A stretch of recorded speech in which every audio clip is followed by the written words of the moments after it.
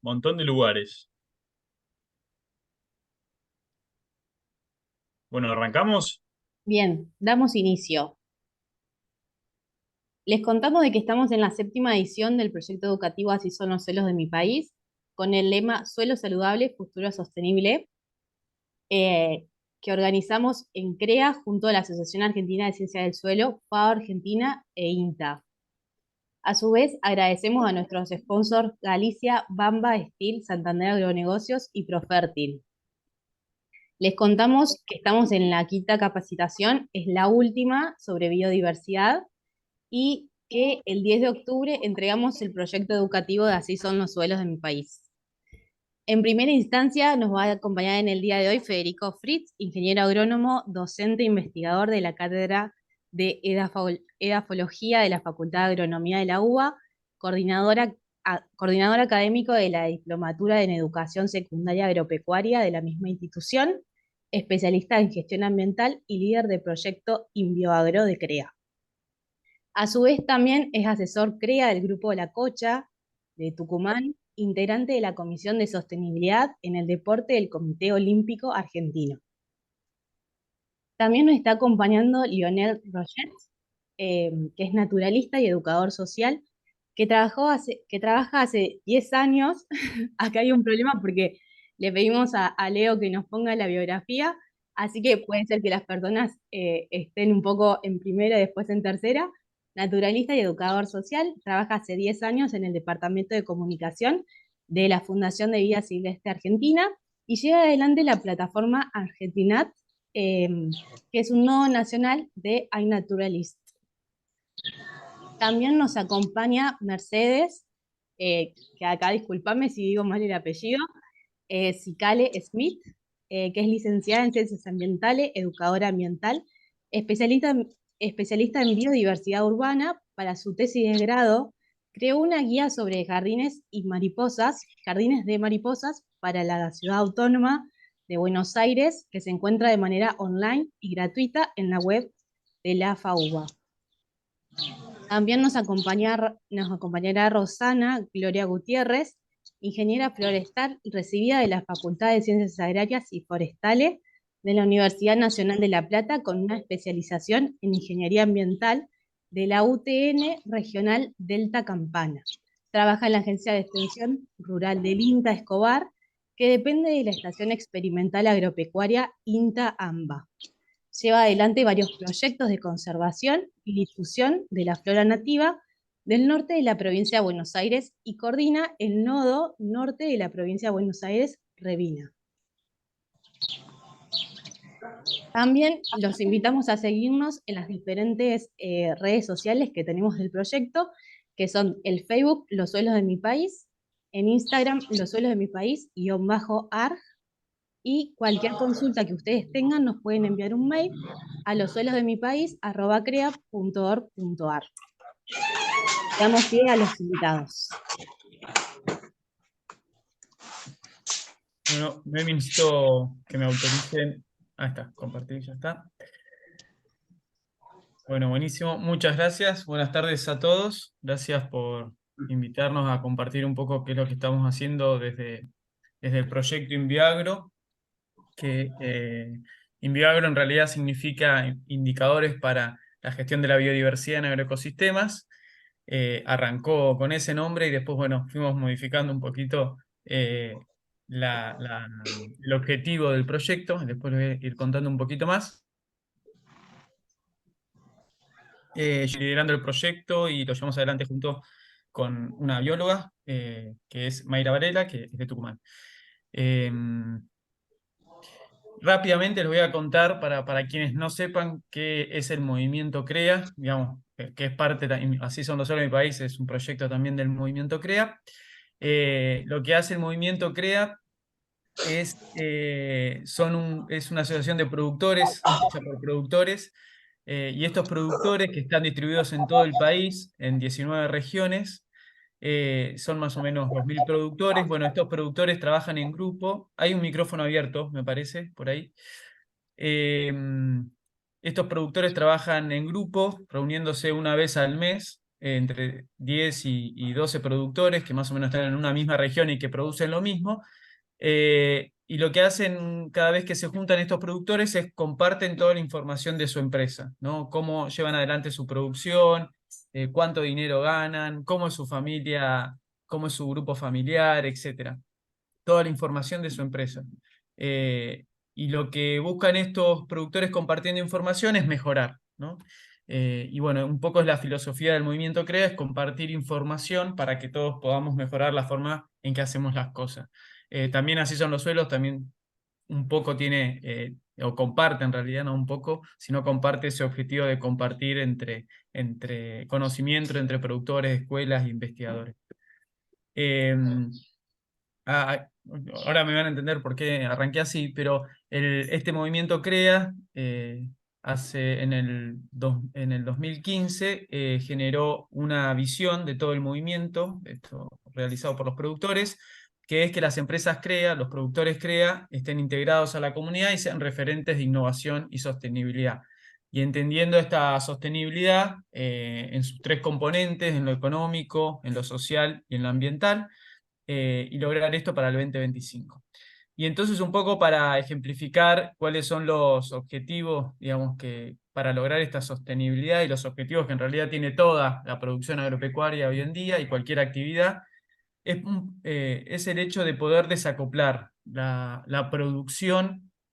eh, la producción de cereales o de granos en general, y esta es una curva publicada en 2016 por Andrade y después en una nueva revisión en el 2020 que también que se publicó.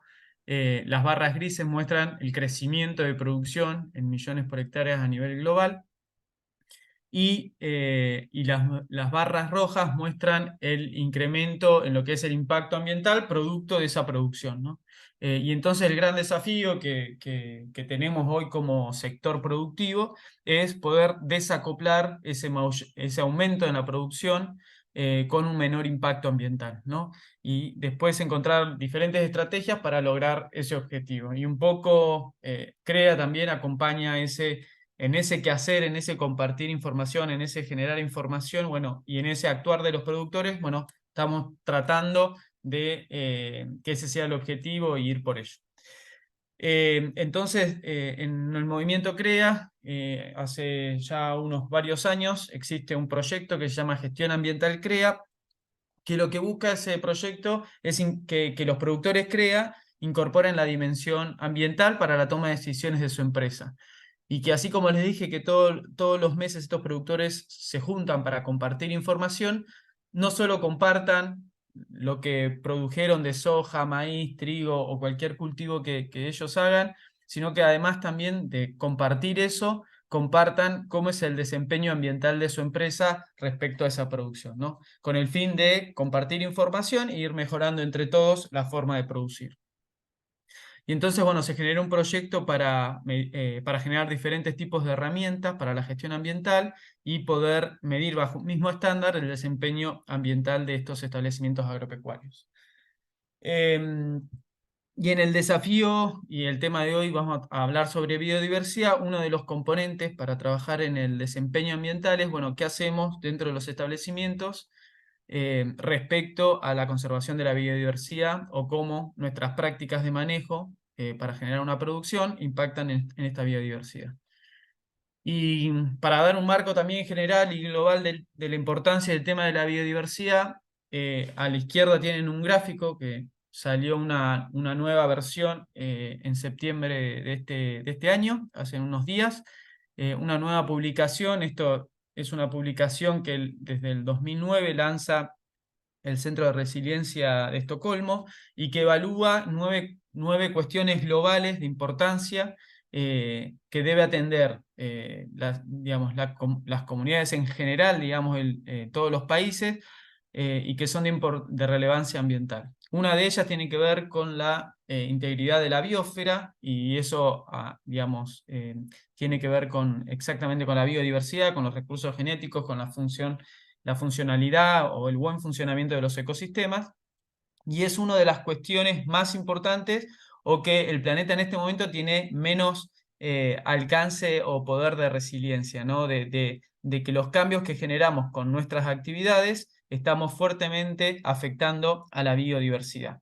También estamos afectando el ciclo del carbono y con eso el problema de cambio climático. También estamos generando siempre nuevas sustancias químicas o de distinto índole que también tienen un impacto en el planeta. O, por ejemplo, los ciclos biogeoquímicos del nitrógeno y el fósforo, que también el planeta no está dando, eh, naturalmente no puede restablecer los desbalances que estamos generando como ciudadanos, como organismos, como humanidad en general. Y entonces, bueno, hoy en día, así como el carbono está de moda y que todos más o menos ya estamos hablando de cambio climático y entendemos de dónde proviene, cuál es el problema y cuáles son las opciones para poder mejorar esa cuestión, lo mismo está pasando con la biodiversidad, que es un componente importantísimo y que realmente estamos afectando mucho como sociedad en el mundo.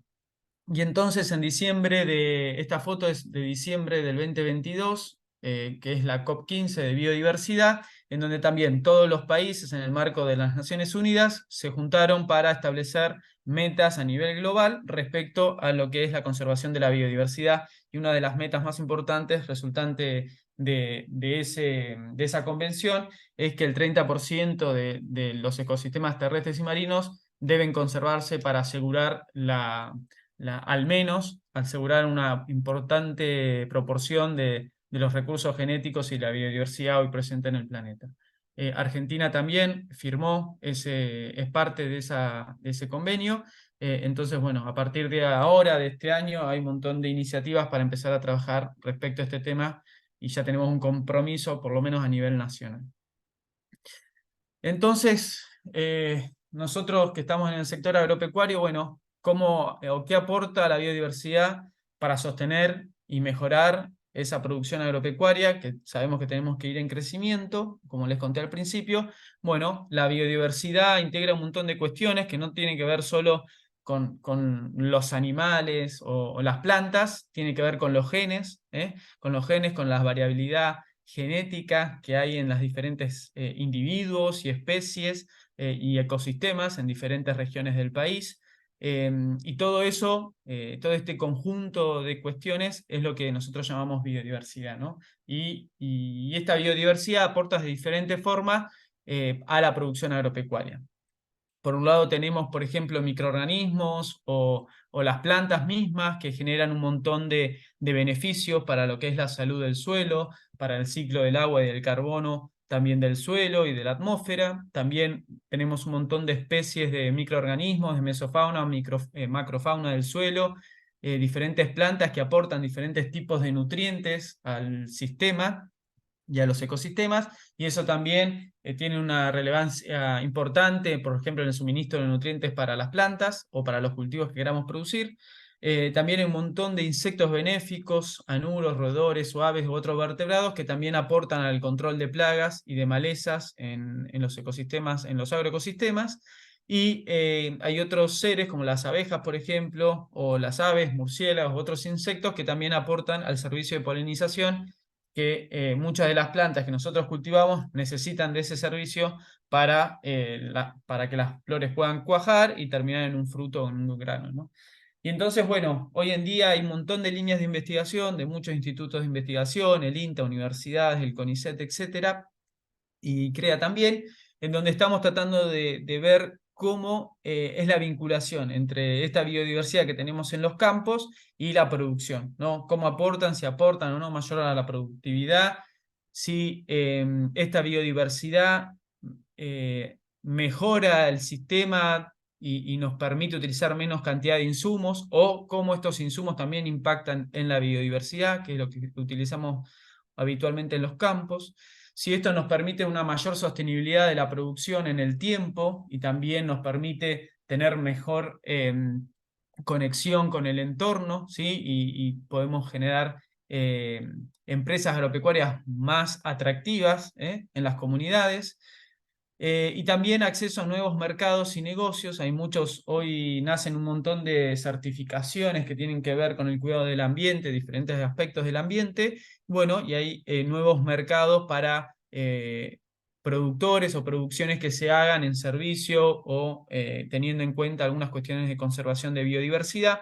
Y también hay otros negocios posibles, como el turismo, por ejemplo, que están muy relacionados con el beneficio, digamos, de conservar la biodiversidad en los sistemas, en los agroecosistemas, ¿no? Pero bueno, hay un montón de cuestiones de por qué es importante sostener la biodiversidad en estos ecosistemas. Algunas experiencias que estamos haciendo en el movimiento CREA. Esto es producto de un trabajo de un postdoc cofinanciado entre CREA y CONICET. Es la doctora Sofía Nani, que trabaja en la región chaqueña. Y con Sofía lo que trabajamos es a través de cámaras trampa, que es como un celular que se pone en el campo. Se hacen, bueno, matrices en diferentes, digamos, lugares, digamos, dentro del Gran Chaco, que a veces integra establecimientos productivos, pero también tenemos coberturas naturales de monte nativo, por ejemplo, y lo que se estudia es cómo las estrategias que se llevan adelante dentro de los campos y cómo son los espacios de conservación y estos espacios de transición entre el monte nativo y los suelos cultivables, bueno, cómo es la aparición, digamos, de estas especies de mamíferos en esta región, que suelen ser especies amenazadas, y cómo, bueno, cómo se mueven estas especies, estas cámaras cuando pasa un animal, saca una foto y se guarda en la memoria, además capta también información de temperatura, fecha de registro, hora, etcétera. Bueno, y se va estudiando cómo se mueven estos animales en diferentes sitios, digamos, dentro de la estructura del paisaje de la región chaqueña, ¿no? Y bueno, y se estudian diferentes estrategias, o bueno, cómo es la aparición de estos animales con la presencia de bebederos, por ejemplo, para el ganado, si aporta o no aporta, cómo se comporta en sistemas ganaderos y cómo se comportan en sistemas agrícolas en la región. Bueno, se está evaluando mucho eso y cómo es la interacción también con las comunidades que están cercanas a estos establecimientos productivos, ¿no? Uno de los problemas más grandes de esta región es el tema de la caza, ¿no? Y de las poblaciones rurales y la caza. Entonces, bueno, hay un trabajo social también importante encaminado en este sentido.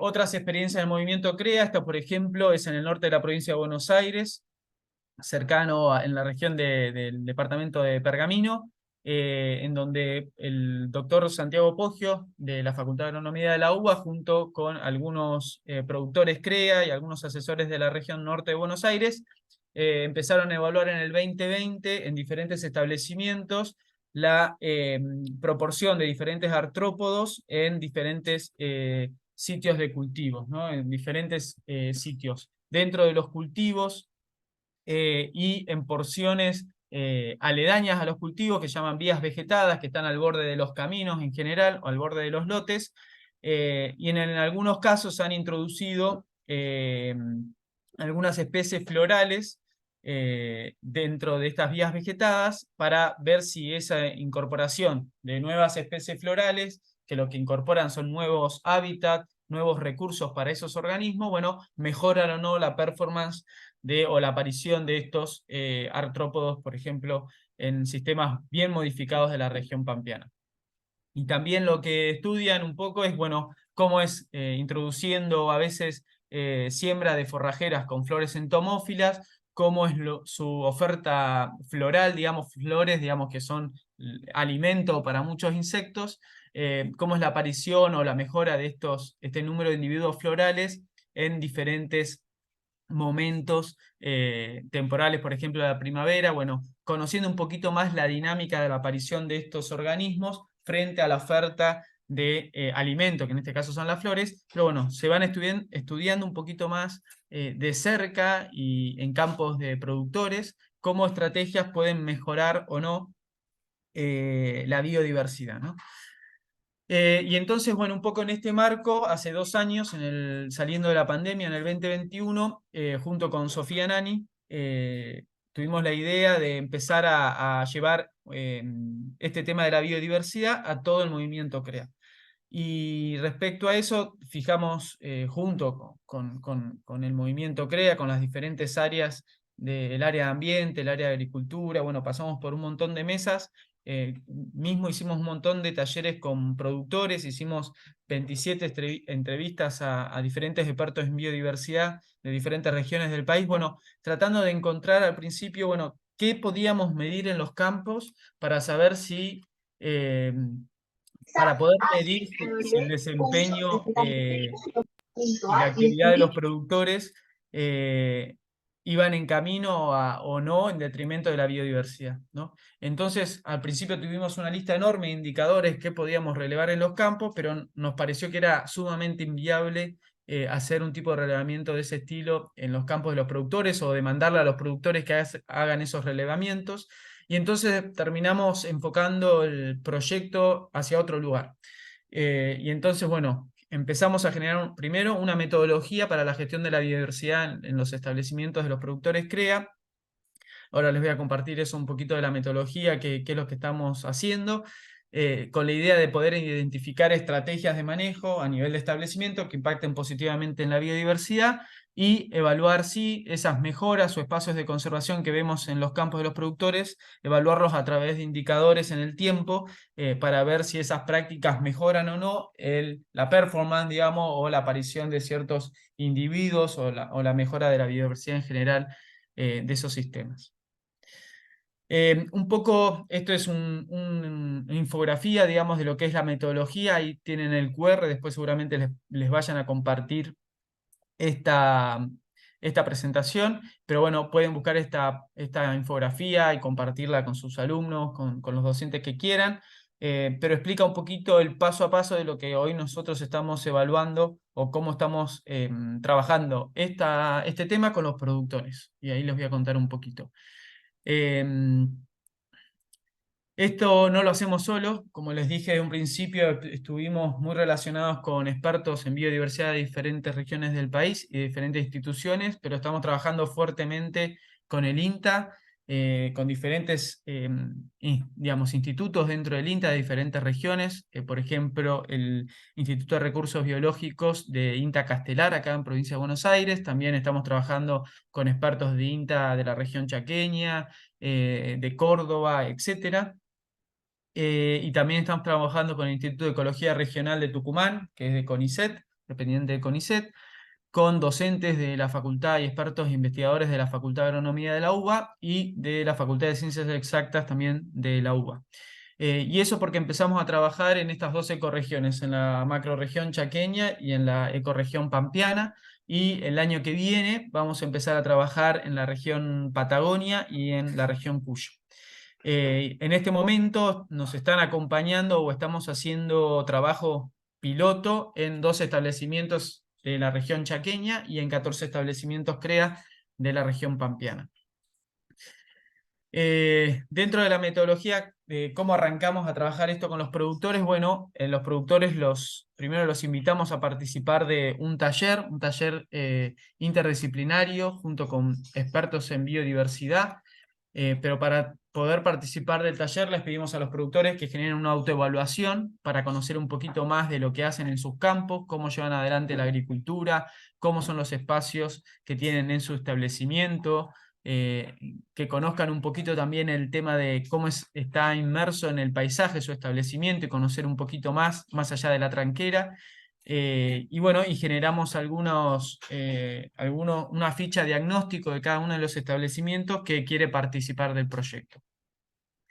Luego hacemos un taller donde juntamos a todos estos productores involucrados en la región, junto con muchos expertos de estas diferentes instituciones, y hacemos trabajar en grupo en una dinámica muy participativa, muy interinstitucional, en donde, bueno, diferentes cabezas, productores, asesores, expertos en biodiversidad discuten de qué mejoras se pueden llegar a implementar en cada uno de estos campos, de estos productores, para mejorar algún aspecto de la biodiversidad al menos, ¿no?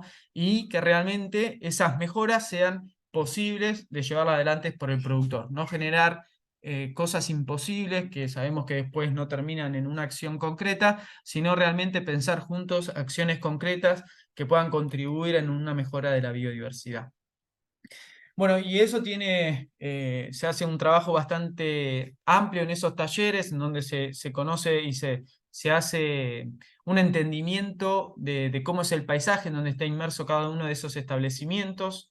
Eso se discute mucho con los productores, la importancia de conocer en dónde está inmerso mi establecimiento, cuáles son, cómo es la estructura del paisaje en donde está inmerso mi establecimiento y la importancia que tiene distintos espacios dentro de mi establecimiento para la conservación de la biodiversidad, ¿no? Y se hace un estudio bastante completo de lo que es los espacios de conservación dentro del establecimiento productivo, ¿no? Y cómo está eso inmerso en el paisaje. Voy a ir un poquito más rápido. Bueno, estas son fotos de los talleres que hicimos, que hasta el momento hicimos 3 en 3 regiones. Luego lo que se identifica son, estos son productores, los que ven acá en la foto, son chicos que trabajan en un campo, y lo que ellos van presentando en el taller son, identifican las limitaciones y necesidades y oportunidades para implementar mejoras en los campos acorde a mejorar la biodiversidad, ¿no? Eh, Luego lo que estamos haciendo ahora, que ya pasaron estas etapas de evaluación de los establecimientos, diagnóstico, hicimos los talleres con los productores, bueno, ahora estamos elaborando junto con los expertos de estas instituciones, del INTA, del Instituto de Ecología Regional de Tucumán, los protocolos para poder ir a monitorear diferentes grupos biológicos de interés en los campos, ¿no? Y ahora en octubre íbamos a empezar en, en el otoño pasado, fines de verano, otoño pasado, pero bueno, la gran seca que hubo nos impidió un poco salir a campo a relevar muchos de los grupos funcionales que teníamos pensado relevar en el campo.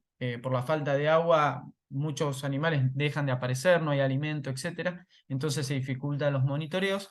Y entonces ahora, bueno, elegimos fines de los principios de primavera, que ya empezaron algunas lluvias a aparecer, y con eso empiezan a aparecer los alimentos y los individuos. Entonces, bueno, en octubre vamos a empezar a hacer los recorridos por establecimientos, reconociendo diferentes ambientes y evaluando un poquito cómo son las áreas o cómo están de individuos las áreas de conservación dentro de los campos. Y con el fin de poder evaluar cuáles son las medidas para preservar la vegetación que encontremos, la vegetación y la fauna que encontremos en estos campos. Algunas opciones que pudimos visualizar con la salida, los primeros relevamientos que tenemos en estos campos y las visitas que se realizaron a partir de expertos del INTA. Bueno, hay opciones de manejo que podemos hacer dentro de los campos, algunas bastante fáciles de hacer. Bueno, mejorar ambientes terrestres relictuales, perdón, en los campos, manejar los márgenes de cuerpos de agua y aguada, cursos de arroyos, río, mejorar todos esos espacios para la biodiversidad, manejar los bordes de cultivo. A veces queremos mantener en los sistemas agrícolas los bajos de alambrado lo más limpitos posible, y eso es bastante cultural y a veces no tiene ninguna razón de ser así, digamos, o no hay un riesgo de amenaza de malezas, etcétera. Eso se puede manejar tranquilamente. También, bueno, generar franjas, vías, terrazas vegetadas, corredores intracultivos, generar biomolinos, aprovechar esos espacios para darle un hábitat a la biodiversidad en esos sistemas. Bueno, mejorar los montes apícolas, las sombras para el ganado. Bueno, generar un montón de recursos que pueden ser win-win, digamos, para el sistema productivo y también para la biodiversidad. Bueno, también les cuento algunas cuestiones que empezaron a surgir en algunos de estos campos productores que están participando. Este es el caso de un productor, Juan Whitworth, que es productor de la región Córdoba Norte, en donde Juan, junto, bueno, con toda la empresa, empezaron a trabajar en cortinas forestales.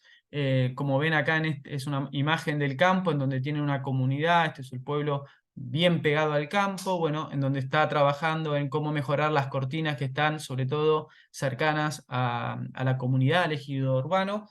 Y lo que está estudiando, por ejemplo, en este caso, empezaron a estudiar en el campo, con este enfoque de también hacer un aprovechamiento y una mejora en la biodiversidad, están estudiando cómo el monte, digamos, siempre cuando ustedes ven un monte y ven al lado un cultivo, van a ver que las especies, digamos, las especies cultivables generan menor productividad. Se ven las plantas más chiquitas, algunas no llegan a producir, etcétera, y eso está porque hay una competencia con las especies arbustivas, digamos, por el consumo de agua, recursos como la luz, etcétera.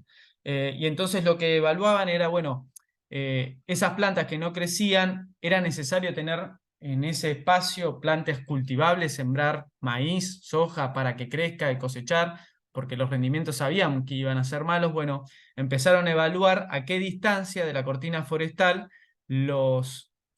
el rendimiento, digamos, había un rendimiento de indiferencia en donde el margen bruto, digamos, de la ecuación económica daba negativo, que era, digamos, no convenía cultivar a una distancia X de la cortina forestal. Entonces lo que empezaron a trabajar es, bueno, evaluar eso, hasta qué distancia no era necesario poner semillas para cultivar un cultivo, y lo que estaban haciendo es introducir cultivos de servicio o mezcla de especies eh, de especies florales, digamos, distintas herbáceas para ofrecer a la biodiversidad diferentes recursos que puedan no servir para cosechar, sino para mejorar la biodiversidad de esos campos. Bueno, esto es un ejemplo nada más. Me parece que me pasé de tiempo, disculpen, pero bueno, quería contarles un poco en qué estamos trabajando en CREA respecto a la biodiversidad. Nos acompañan algunos aliados estos proyectos, el Land Innovation Fund, la Embajada del Reino de los Países Bajos y BAF. Así que bueno, muchas gracias y cualquier cosa quedo a disposición.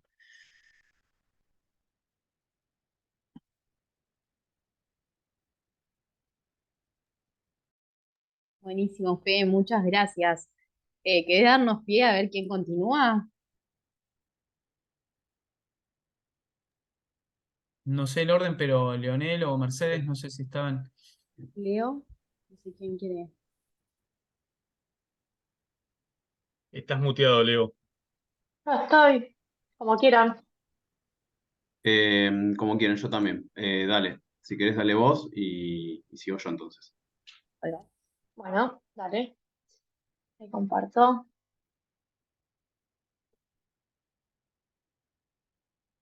Chan, chan.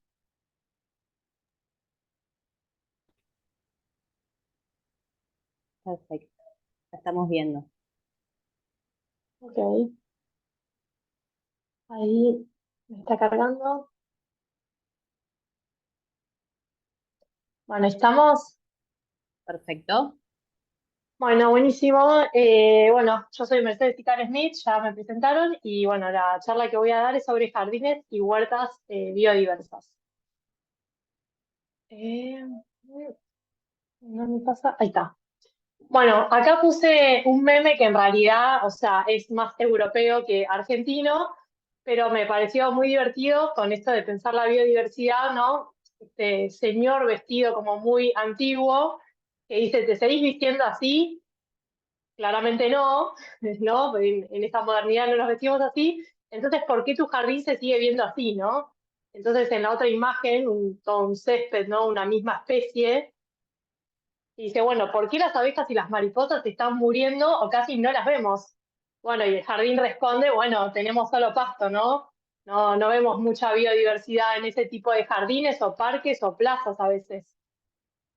Entonces, bueno, acá esta comparación, ¿no? De pensar jardines biodiversos, cuando tenemos un jardín que por ahí solo tenemos pasto y por ahí tenemos ese cerco vivo, pero que es un arbusto nomás, como tenemos poca diversidad de especies, frente tal vez a un jardín donde podemos ver toda esta diversidad de estratos, de colores, de plantas, flores, ¿no?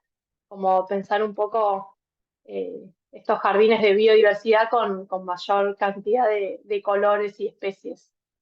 Bueno, esto lo voy a decir rápido porque ya lo mencionó en la charla anterior, que la biodiversidad la pensamos en diferentes escalas, desde un nivel muy chiquito a nivel genético, que hablamos de diversidad dentro de las especies. Después tenemos ese nivel de especies, que es diversidad entre especies, los ecosistemas, diversidad de ecosistemas donde habitan las especies, y también mencionar que existe la diversidad cultural dentro de esa biodiversidad, porque claramente nosotros seres humanos estamos dentro de esa biodiversidad, ¿no? Que muchas veces al humano nos pensamos como por fuera, ¿no? Y es como que somos los observadores o los creadores, controladores, manipuladores de la naturaleza, y bueno, como nada, volver a esa conciencia que también somos parte de esa biodiversidad y lo vemos reflejado en esa diversidad cultural. Bueno, y acá el concepto de qué es la biodiversidad, ¿no? Con todas esas imágenes de diferentes fauna, flora, ¿no? Que tiene que ver con lo que dice acá, es la variedad de diferentes formas de vida en la Tierra, incluyendo las diferentes plantas, animales, hongos, microorganismos y los genes que lo contienen y los ecosistemas de los que forman parte. Bueno, y acá un poco esta pregunta, ¿qué está pasando con la biodiversidad en nuestro planeta? Y acá yo puse las principales amenazas a la biodiversidad, que tiene que ver con los cambios en el uso del suelo, la contaminación, la deforestación, la utilización de agroquímicos, el tema de la utilización también de especies exóticas invasoras, que ya voy a mencionar qué son, y el cambio climático. Y acá voy a hacer como una pasadita de un poco esto de lo que nombré. Cuando decimos cambios en el uso del suelo, ¿no? Teníamos un ecosistema natural y lo, lo sacamos, ¿no? Para hacer diferentes cosas, ¿no? Para nuestra vida, o armar una ciudad, o tal vez hacer minería o agricultura, ¿no? Como estamos, al cambiar la forma en que se usaba el suelo, estamos destruyendo hábitat. Claramente bueno, como la forma en la que vivimos es así, pero bueno, ahora vamos a ver de qué manera podemos, dentro de estos cambios en el uso del suelo, cómo podemos armar igual refugios de biodiversidad. Bueno, voy a seguir acá con las amenazas. Bueno, las especies exóticas invasoras, ¿por qué son una amenaza para la biodiversidad? Yo acá puse unos ejemplos. Yo vivo en Buenos Aires, entonces son ejemplos que yo conozco de acá, de donde vivo. Que tenemos, la primera foto es el lirio amarillo, después es una acacia negra y después la mora. Son 3 especies exóticas invasoras. Exótico quiere decir que es una planta que no pertenece al ecosistema en el que estoy, ¿sí? No o sea, puede ser de otro continente, de otro país, pero también puede ser del mismo país, pero que corresponde a otro ecosistema. E invasor significa que crece desmedidamente sin dar lugar a que crezcan otras especies. Y además, la problemática de estas especies es que no le brindan alimento a la fauna local. Por eso es una amenaza a la biodiversidad nativa. Bueno, la deforestación es otra amenaza a la biodiversidad. Puse unas imágenes, ya creo que todos sabemos lo que significa el impacto de la deforestación. Y por otro lado, también la aplicación de agroquímicos, ¿no? El modelo de agricultura convencional hoy día es esto de por ahí el monocultivo y utilización de muchos agroquímicos, que si bien eso permite la agricultura a gran escala, bueno, no deja de ser una problemática bastante importante, ya que mata a un montón de biodiversidad. Bueno, acá puse una nota nomás como es un poco impactante, ¿no? Esto de hayan agrotóxicos al analizar los peces muertos en el río Salado en Santa Fe y vemos esa cantidad de peces muertos, ¿no? Como que, al menos yo que vivo en la ciudad, a veces como esto no lo vemos en vivo, por ahí lo vemos a través de estas noticias, ¿no? Que bueno, es bastante impactante. Después otra amenaza es el cambio climático. Y bueno, acá también puse así otro dibujito para meterle un poco de onda, ¿no? Este dibujo dice, ¿por qué hay tanto calor? Bueno, ¿no? ¿Y qué estamos haciendo con nuestros bosques nativos? Y la foto de la izquierda la puse, es una foto que saqué yo hace poco, que fui a una charla de unos apicultores, y eso es un panal donde están todas las abejas muertas. O sea, no nos damos cuenta porque la foto está quieta, ¿no? Pero yo lo vi en vivo y eso está congelado, están las abejas muertas, que con todas las olas de calor que hubieron en este verano, más la sequía, bueno, la mayoría de los apicultores perdieron también un montón de producción por este motivo. Las abejas, murieron un montón de abejas. Y esto es causa del cambio climático, ¿no? Después, bueno, acá puse otro gráfico así con números. No es que me quiera detener tanto acá, pero sí al menos como para ver esto, ¿no? Que una de cada 4 especies está en riesgo de extinción, ¿no? Como todas las amenazas que estuve mostrando están impactando fuertemente en todas las especies del mundo, ¿no? Esto es a nivel mundial. Y después, otra biodiversidad que traigo acá con este gráfico que ahora lo voy a explicar, tiene que ver con la diversidad de alimentos, ¿no? Acá hay no sé si ven mi cursor, hay como una línea, ¿sí? Donde se divide, dice arriba, dice, bueno, en el 1900 más o menos, teníamos toda esta variedad de hortalizas que consumíamos y se cultivaban. Entonces, eso está en inglés, pero por ejemplo, la primera acá tenemos a la remolacha, y existían 288 variedades de remolacha. Yo conozco una, la verdad, en la verdulería de donde yo vivo venden un tipo de remolacha, y así vemos de todo, desde repollo, maíz, lechuga, bueno, un montón de variedades de hortalizas, y que después de la Revolución Verde, que como se cambió la forma de hacer agricultura, para simplificar y poder hacer cosas a mayor escala, se redujo mucho lo que es la diversidad también de alimentos, ¿no? Entonces, esto tiene también una consecuencia que se le llama la erosión genética, ¿no? Hablábamos antes de la diversidad genética, que es uno de los aspectos de esta biodiversidad, y a mí acá también me gusta linkearlo con la importancia que tiene, ¿no? Siempre escuchamos a algún nutricionista como la importancia de comer variedad, ¿no? Diversidad, porque eso nos trae diversidad de nutrientes. Bueno, ¿qué pasa con nuestra diversidad de alimentos cuando se ve también muy reducida, ¿no? Como pregunta y como reflexión, lo dejo acá. Bueno, entonces, ¿qué podemos hacer frente a esta situación? Jardines y huertas biodiversas. Entonces, antes de entender qué es un jardín biodiverso, voy a empezar por qué son las ecorregiones. Tal vez hay mucha gente acá que ya tiene este conocimiento, desconozco, entiendo que hay diversidad de personas. Entonces, bueno, voy a mostrar así un mapa de las ecorregiones de Argentina, ¿sí? Y fíjense que esto también es mucha biodiversidad tenemos en nuestro país. Tenemos 18 ecorregiones. Muy variable. Entonces, ¿qué es una ecorregión? Una ecorregión es un territorio geográfico donde se comparte mismo clima, mismo suelo, misma fauna y misma flora. ¿Sí? Entonces, en todas esas condiciones es que hace muchos años, ¿no? Se conformaron esas ecorregiones, y entonces hay plantas nativas que están acostumbradas a ese suelo y a ese clima. Hay fauna local que se le dice que coevolucionó, es decir, evolucionaron en conjunto con esas plantas. Entonces son animales que comen tal vez solo esas plantas nativas y no comen otras. Entonces es muy importante para que ese sistema esté en equilibrio, que tenga esa flora y esa fauna local. Porque si de repente, esto que yo mostraba antes, no ponemos especies exóticas invasoras, genera un desequilibrio importante en un ecosistema, porque la fauna que está presente en ese lugar no come esas especies exóticas. Entonces ahí tenemos esa pérdida de biodiversidad. ¿Cómo vengo de tiempo? ¿Bien? Bueno, Bien, sí. cosas me van diciendo. Bueno, entonces acá me voy a meter un poquito en lo que es la flora nativa. Este árbol, supongo que la mayoría lo conoce, la del palo borracho, ¿no? Acá en Buenos Aires lo tenemos mucho y por ahí se dice, bueno, sí, es un árbol nativo, ¿no? Pero en realidad es nativo de la ecorregión chaqueña, ¿no? Es del Chaco seco.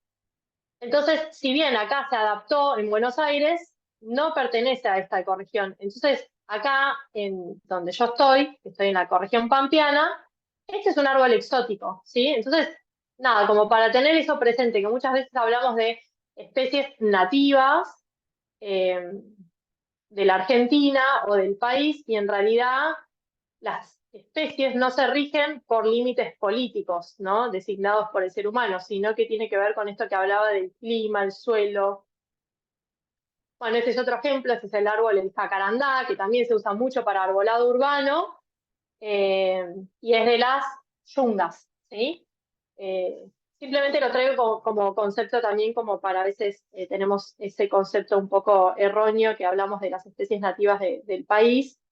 Y bueno, está bueno tener en cuenta esto de las ecorregiones. Y como decía hace un ratito, ¿no? La importancia de las interacciones entre la flora y la fauna nativa, ¿no? Entonces, ¿cuáles son los beneficios que trae tener flora nativa, armar un jardín biodiverso con plantas nativas?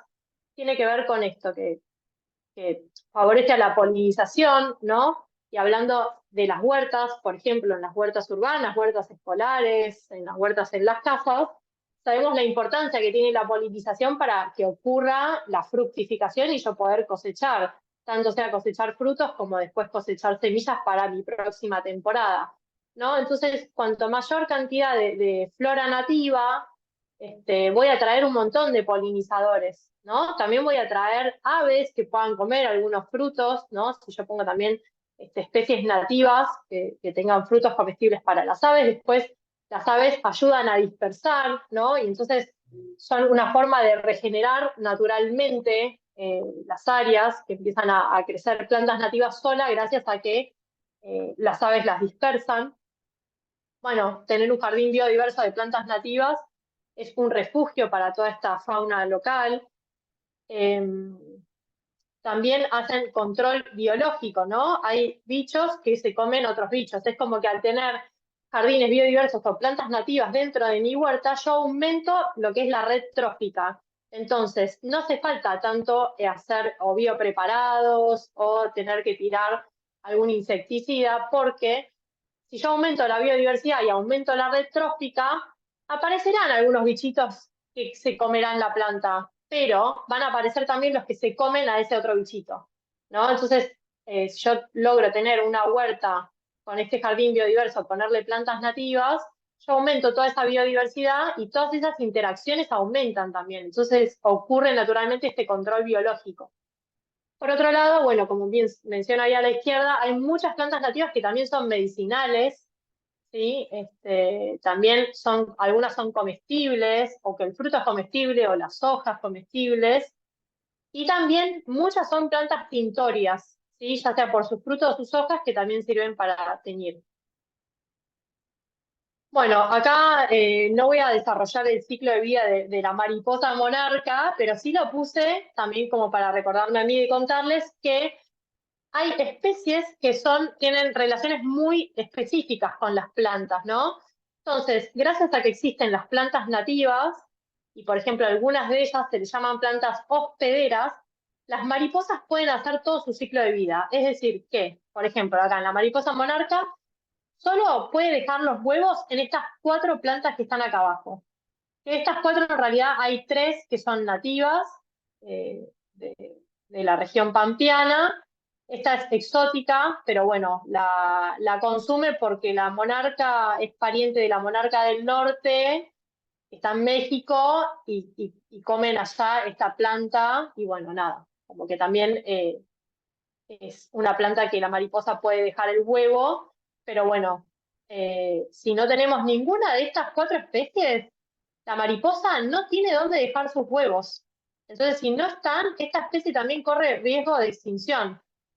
Acá hay en Buenos Aires un caso bastante importante, emblemático en cuanto al peligro de extinción, es la mariposa bandera argentina, que bueno, también la encontramos en Entre Ríos, que bueno, también tiene sus orugas, comen solo de 3 especies de árboles, entonces si no tenemos esas especies de árboles, esta mariposa se extingue. Yo estoy dando solo un ejemplo, pero esto sucede, digamos, en un montón de especies que por ahí no conocemos. Entonces, esta es la importancia de los jardines biodiversos con plantas nativas que podemos incorporar, mismo sea en la huerta. Que la oruga de la mariposa no me va a ir a comer la lechuga, porque como digo, es específica de estas plantas nativas. Bueno, y acá otro concepto que me parece que está bueno tener en cuenta es el concepto de biocorredor. Lo puse así con imágenes por ahí gráficas, ¿no? Que son como parches verdes. Y el biocorredor, ¿qué significa? Poder unir esos parches verdes de jardines biodiversos. ¿Y por qué es importante eso?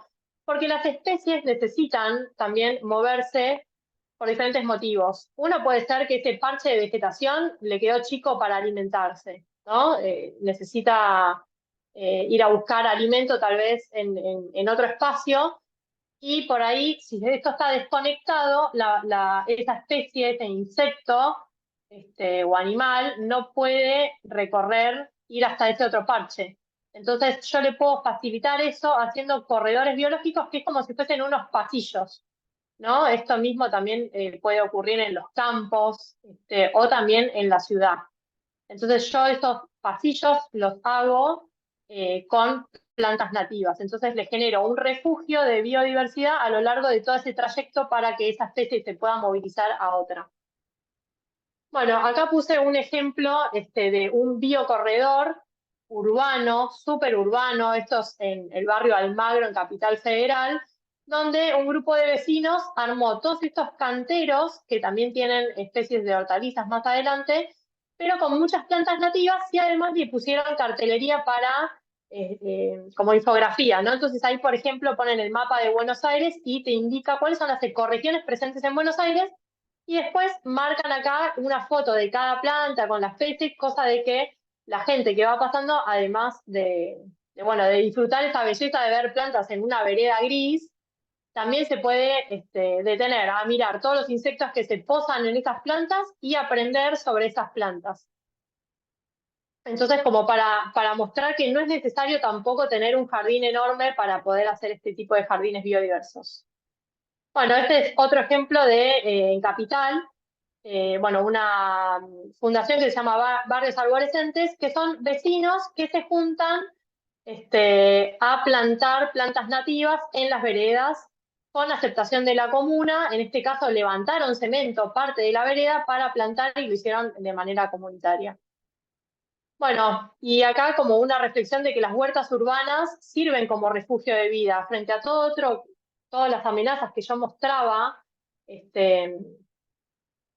del cambio del uso del suelo, de la minería, de la agricultura, y que hoy en día en las ciudades, las huertas urbanas con jardines biodiversos termina siendo un refugio de vida para toda esa fauna que se ve en peligro. Bueno, ¿qué es importante para tener jardines y huertas biodiversas? Bueno, diversidad de especies, diversidad de hortalizas, diversidad de aromáticas, plantas medicinales, también plantas silvestres comestibles, puse comestibles, perdón, pero comestibles, y plantas nativas, ¿sí? Y entonces acá muestro algunas fotos de también una diversidad de canteros de plantas nativas. Esto es en Buenos Aires. Acá, por ejemplo, acá de abajo a la derecha, este es un cantero donde creció una planta nativa enredadera sola, que pasa muy común porque son plantas nativas de la región, entonces crecen de manera espontánea. Y acá, bueno, voy a pasar un poquito rápido porque estoy corta de tiempo. Es para mostrar, esto por ejemplo también es en una escuela con canteros de huerta, donde también se fueron poniendo plantas nativas, ¿no? Entonces, a partir de eso se pueden hacer un montón de actividades, ¿no? Observar insectos, hacer esquejes, hacer té con las plantas, bueno, actividades típicas de huerta, ¿no? Hacer bomba de semilla, ver diferentes tipos de suelo, armar rebrotes, cosechar plantas aromáticas y cocinar. Bueno, acá muestro un ejemplo, nada, como para reutilizar un poco también materiales y armar redes. Algo que no mencioné, pero que también es muy importante para una huerta, es el compost, ¿sí? Para una huerta agroecológica es muy importante, aunque sea en pequeña medida, poder tener una compostera para poder abonar el suelo de la huerta. Bueno, imágenes de plantaciones de nativas en la escuela con los chicos. Nada, acá mezclando un poco de actividades, acá sembramos varias especies nativas y que también se pueden hacer cálculos matemáticos, por ejemplo, sacar el poder germinativo de las plantas, de las semillas que sembramos. Y acá les dejo un poco de bibliografía que pueden igual indagar, es como un poquito cosas que se encuentran online y gratuito. La Nación tiene una página web donde hay una guía de plantas nativas de todo el país. Entonces ustedes seleccionan ahí, pueden buscar plantas nativas de la provincia en la que se encuentran, de la ecorregión en la que están. Después hay un manual muy bueno que se llama Mi casa, mi huerta, que lo hizo el INTA, que es de huerta agroecológica, que es para hacer huerta, aunque tengas un espacio muy reducido o un espacio más grande. Después, bueno, este libro que se encuentra online, que es de 100 mariposas argentinas, como para identificar especies. Y bueno, y acá les muestro este jardín de mariposas educativos que armé yo como una guía básica para mi trabajo final, donde cuento el paso a paso de cómo armar un jardín biodiverso. Está enfocado en Buenos Aires, pero igual es válido los conceptos que menciono en la guía. Y después existe el Revina, que es la red de viveros de plantas nativas del país.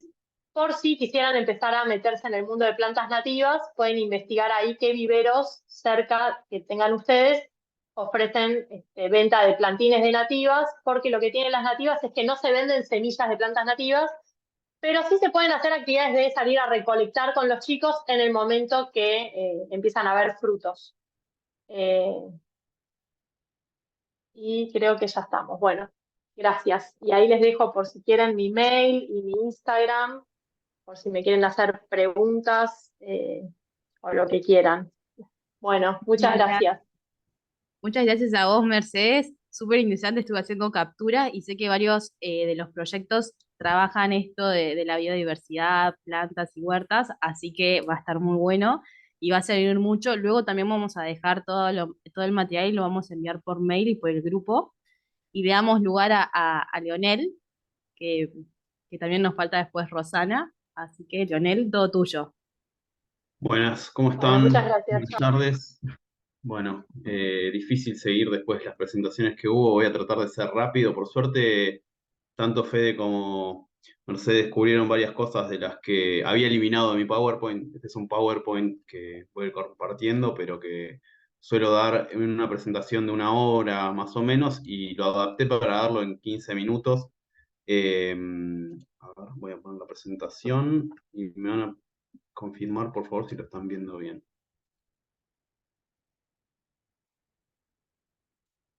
¿Ahí lo están viendo? Todavía no. Ahí, perfecto. Perfecto, bueno. Un segundo más que oculto todos los controles de Zoom, pues si no después no veo.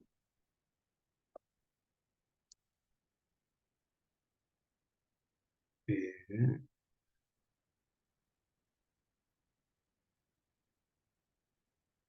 Ahí va.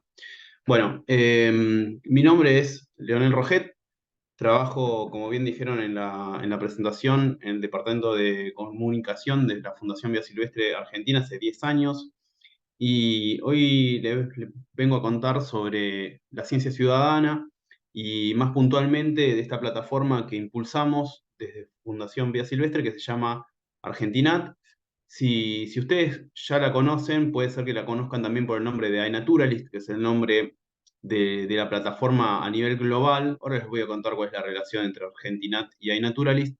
Pero bueno, la idea de esta breve charla es darles una idea de lo que es la ciencia ciudadana, que es lo que nuclea esta plataforma, cómo funciona y cómo la pueden utilizar con algunos ejemplos. Así que les invito a que dejen en el chat si conocen la plataforma y si saben lo que es la ciencia ciudadana, así eso me sirve también para tener una pista después cuando termine la presentación, leer eh, cómo es el conocimiento que traen ustedes.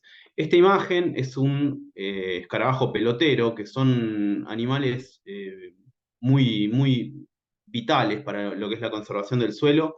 Y como veíamos recién en la charla de Mercedes, son animales que están muy amenazados por el cambio de uso de suelo, y ellos cumplen un rol vital en lo que es la incorporación de nutrientes. Hace poco estuve en Misiones en el Congreso de Conservación y vi un trabajo de unos biólogos que están estudiando justamente esto, cómo van desapareciendo los escarabajos peloteros a medida que avanza la agricultura con malas prácticas. Y bueno, van desapareciendo estos bichitos que lo que hacen básicamente es meter caca adentro del suelo, y eso termina dándoles nutrientes. Esta foto es tomada de la plataforma, que bueno, sin más preámbulos, vamos a arrancar. Antes quería hacer una pequeña introducción de lo que es la ciencia ciudadana, como les comentaba. Eh, y bueno, esto es una cosa que no es nueva, es algo que viene dando vueltas desde hace mucho. Personajes como Darwin, como Newton, eran científicos ciudadanos. ¿Por qué? Porque es el aporte que van a hacer a la ciencia personas que no necesariamente pertenecen a la academia, que no son investigadores, sino que son personas que les interesa a lo mejor algún tema en particular, y con esa curiosidad, con ese interés, pueden generar datos de valor que después pueden tomar los científicos. Con el avance de la tecnología esto creció muchísimo. Antes era una cosa para unos pocos. Bueno, acá hay algunos casos como, no sé, Ameguino, que era un tipo que no estaba asociado a una academia, no era que trabajara en una universidad, y sin embargo es medio el padre de la paleontología acá en Argentina. Y así hay muchos ejemplos que se fueron multiplicando con el avance de la tecnología. Entonces, la ciencia ciudadana no viene a reemplazar a la ciencia, no es que le va a serruchar el piso a los investigadores, a los biólogos, en este caso, a los ambientólogos, pero sí lo que puede hacer es mediante las personas comunes, digamos, que no son científicos, eh, tomar lo que pueden aportar esas personas para generar datos reales que sí van a poder ser muy importantes para el conocimiento después. Y también es una nueva forma de producir conocimiento que, por lo que decía, viene a reducir también las brechas entre la ciencia y la sociedad. A veces parece que los académicos están ahí en la Torre de Marfil y bueno, lo que hace esto es también generar que la gente que no pertenece a la academia pueda ser partícipe activa en la generación de conocimiento. Ahora vamos a ver algunos ejemplos de cómo funciona esto. La plataforma de las que les vengo a hablar se llama Argentina y como les comentaba, también está relacionada, o en realidad es una subsidiaria de iNaturalist. iNaturalist es una de las mayores plataformas de ciencia ciudadana en todo el mundo. Tiene casi 7 millones de usuarios registrados. Imagínense que esto es una plataforma para gente que le gusta la naturaleza, la biodiversidad. Y no necesariamente, como decíamos, son biólogos. Es gente que a lo mejor simplemente le interesa, le llama la atención una flor, un bichito que vio y demás. Bueno, en todo el mundo tiene casi 7 millones de usuarios. Lo que permite hacer esta plataforma es subir observaciones, que ahora vamos a hacer doble clic en que es una observación, pero son básicamente fotos o sonidos de cualquier organismo silvestre, sea animales, sean plantas, sean hongos y otras cosas más raras. Sobre todo si vamos a hablar de la vida del suelo, esas cosas raras están ahí también presentes. Y lo que van a hacer con esta plataforma es subir estas fotos o sonidos y van a poder hacer algunas cosas a nivel personal, que es sobre todo conocer el nombre y llevar un registro de las cosas que fueron viendo, pero también van a aparecer con esos datos que sumemos, se van a generar datos que después pueden tomar otras personas o esas mismas personas para sumar sus observaciones a las de otras y ver qué es lo que pasa ahí. ¿Sí? Esta es una plataforma que les decía es global, tiene 7 millones de usuarios en todo el mundo y en algunos países lo que han hecho es firmar convenios a nivel nacional con instituciones como organizaciones ambientales, como es Vida Silvestre, eh, facultades, universidades, oficinas de gobierno. Bueno, hay como diferentes casos en diferentes lugares. Y nosotros desde 2019 firmamos un convenio desde Fundación con iNaturalist para crear el portal nacional, que es Argentina. No es una instancia separada, es decir, que nosotros subimos una observación aquí en Argentina y lo puede ver alguien en Corea o en Alemania y podemos interactuar con esas personas y ver las cosas que suben ellos también. La diferencia con iNaturalist es que ingresando en Argentina vamos a poder ver los nombres comunes. Ahí decía Mercedes también de que hay una cuestión de diversidad cultural. Entonces, para nosotros era importante también que la gente pueda conocer el nombre de las cosas que veía en Argentina, ¿no? No es lo mismo decir aguaraguazú que decir lobo de crin, como le dicen los españoles a un animal que ellos no tienen. Entonces, pasa lo mismo con insectos, con plantas y demás. Lo que hicimos fue hacer un trabajo de tratar de nomenclar con nombres comunes de acá de Argentina la mayor cantidad de especies posibles. Esta es una cosa que se va ampliando todo el tiempo. También el estado de conservación que tienen esas especies, si son animales o plantas introducidas, si son invasoras o exóticas, si son endémicas, es decir, que solo están acá en Argentina, etcétera, etcétera, etcétera. Y además, cuando ustedes se registran en esta plataforma, si se afilian al nodo argentino, cuando suben algún dato sensible, como si vieron alguna especie amenazada, ese dato nos llega a nosotros, a Fundación Vida Silvestre Argentina, y después podemos compartir esos datos que no se muestran públicamente con instituciones o usuarios interesados, que puede ser, por ejemplo, alguien está haciendo su tesis. Esto es una cosa que pasa muy de vez en cuando, pero bueno, quizás esto no se entienda ahora cuando veamos qué son las observaciones y cómo funciona, se va a entender un poquito mejor. Y esto es lo interesante. Creo que desde que lo lanzamos, que es hace menos de 4 años, ya sumamos más de 1 millón de observaciones nuevas en Argentina y creció muchísimo. Para nuestra sorpresa, creció mucho más rápido de lo que lo esperábamos y con la pandemia en el medio. Y ya es la plataforma de ciencia ciudadana con más participación que hay en Argentina. Tiene casi tiene 18.000 usuarios que por lo menos subieron una observación. De vuelta, si pensamos que estos son personas que están sacándole fotos y prestando la atención durante un instante a la naturaleza, para nosotros es un montón. Eh, Imaginen que muchas de las instituciones que están detrás de esto lo hacen por los datos. Nosotros lo hacíamos más que nada para que la gente tenga excusas para conectarse con la naturaleza y conocer lo que tiene. En conservación, Vía Silvestre es una ONG de conservación, y hay un mantra que repetimos siempre que es: no se puede valorar, no se puede proteger lo que no se conoce. Y bueno, esto en medio nos venía como anillo al dedo. Entonces así empezamos a trabajar con Ciencia Ciudadana. Bueno, vamos a ver cómo funcionan las observaciones. Todas las fotos que ven acá ilustrando son tomadas de la plataforma también. Una observación es básicamente la unidad fundamental de Argentina, y es lo que vamos a subir nosotros como observadores, pero también, bueno, esto me quedó, reciclamos PowerPoints acá, van a nutrir los proyectos. En este caso, una reserva puede ser de un campo también, o de un jardín, de un grupo de personas, etc. Una observación está compuesta de 3 datos. La evidencia, es decir, una foto como la de este árbol, o un sonido, si se trata del canto de un ave, de un grillo, demás. Y 2 datos: cuándo lo vimos y dónde lo vimos, ¿sí?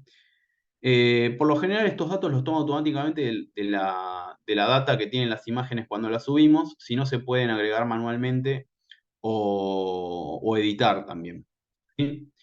Vamos a ver cómo se realiza una observación para ir enmarcándonos un poco más en por qué estamos hablando de ciencia ciudadana y de esta plataforma que les puede llegar a servir a ustedes.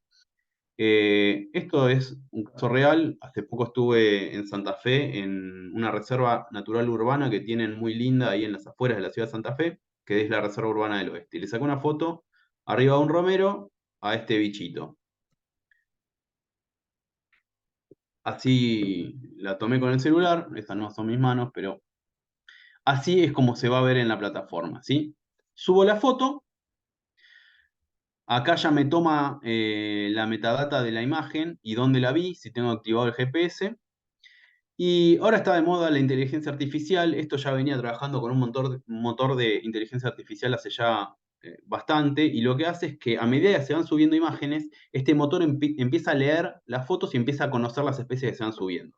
Entonces, en base a eso, puede tirar algunas sugerencias. Entonces, si yo no sé el nombre de este bichito, le doy clic ahí en ¿qué has visto? Y lo que va a hacer la plataforma es leer la foto que subí, y ahí nos va a tirar algunas sugerencias. Acá nos dice la plataforma: yo estoy bastante seguro de que es del género armonía, es decir, las vaquitas de San Antonio asiáticas. Y después nos tira algunas sugerencias, ¿sí? Si yo no sé, por lo general está bien con dejar esta sugerencia que es del género. Después va a haber un montón de gente viendo las cosas que se van subiendo según el lugar o según el grupo de taxonómico, es decir, si hay gente que está especializada o le interesa particularmente ver observaciones de escarabajos o de insectos o de vaquitas o de cosas que se suben en Santa Fe, es muy probable les aparezca cuando entran en la plataforma esto y otras cosas que haya subido yo en mi viaje, ¿no? Entonces, le voy a dar clic al género armonía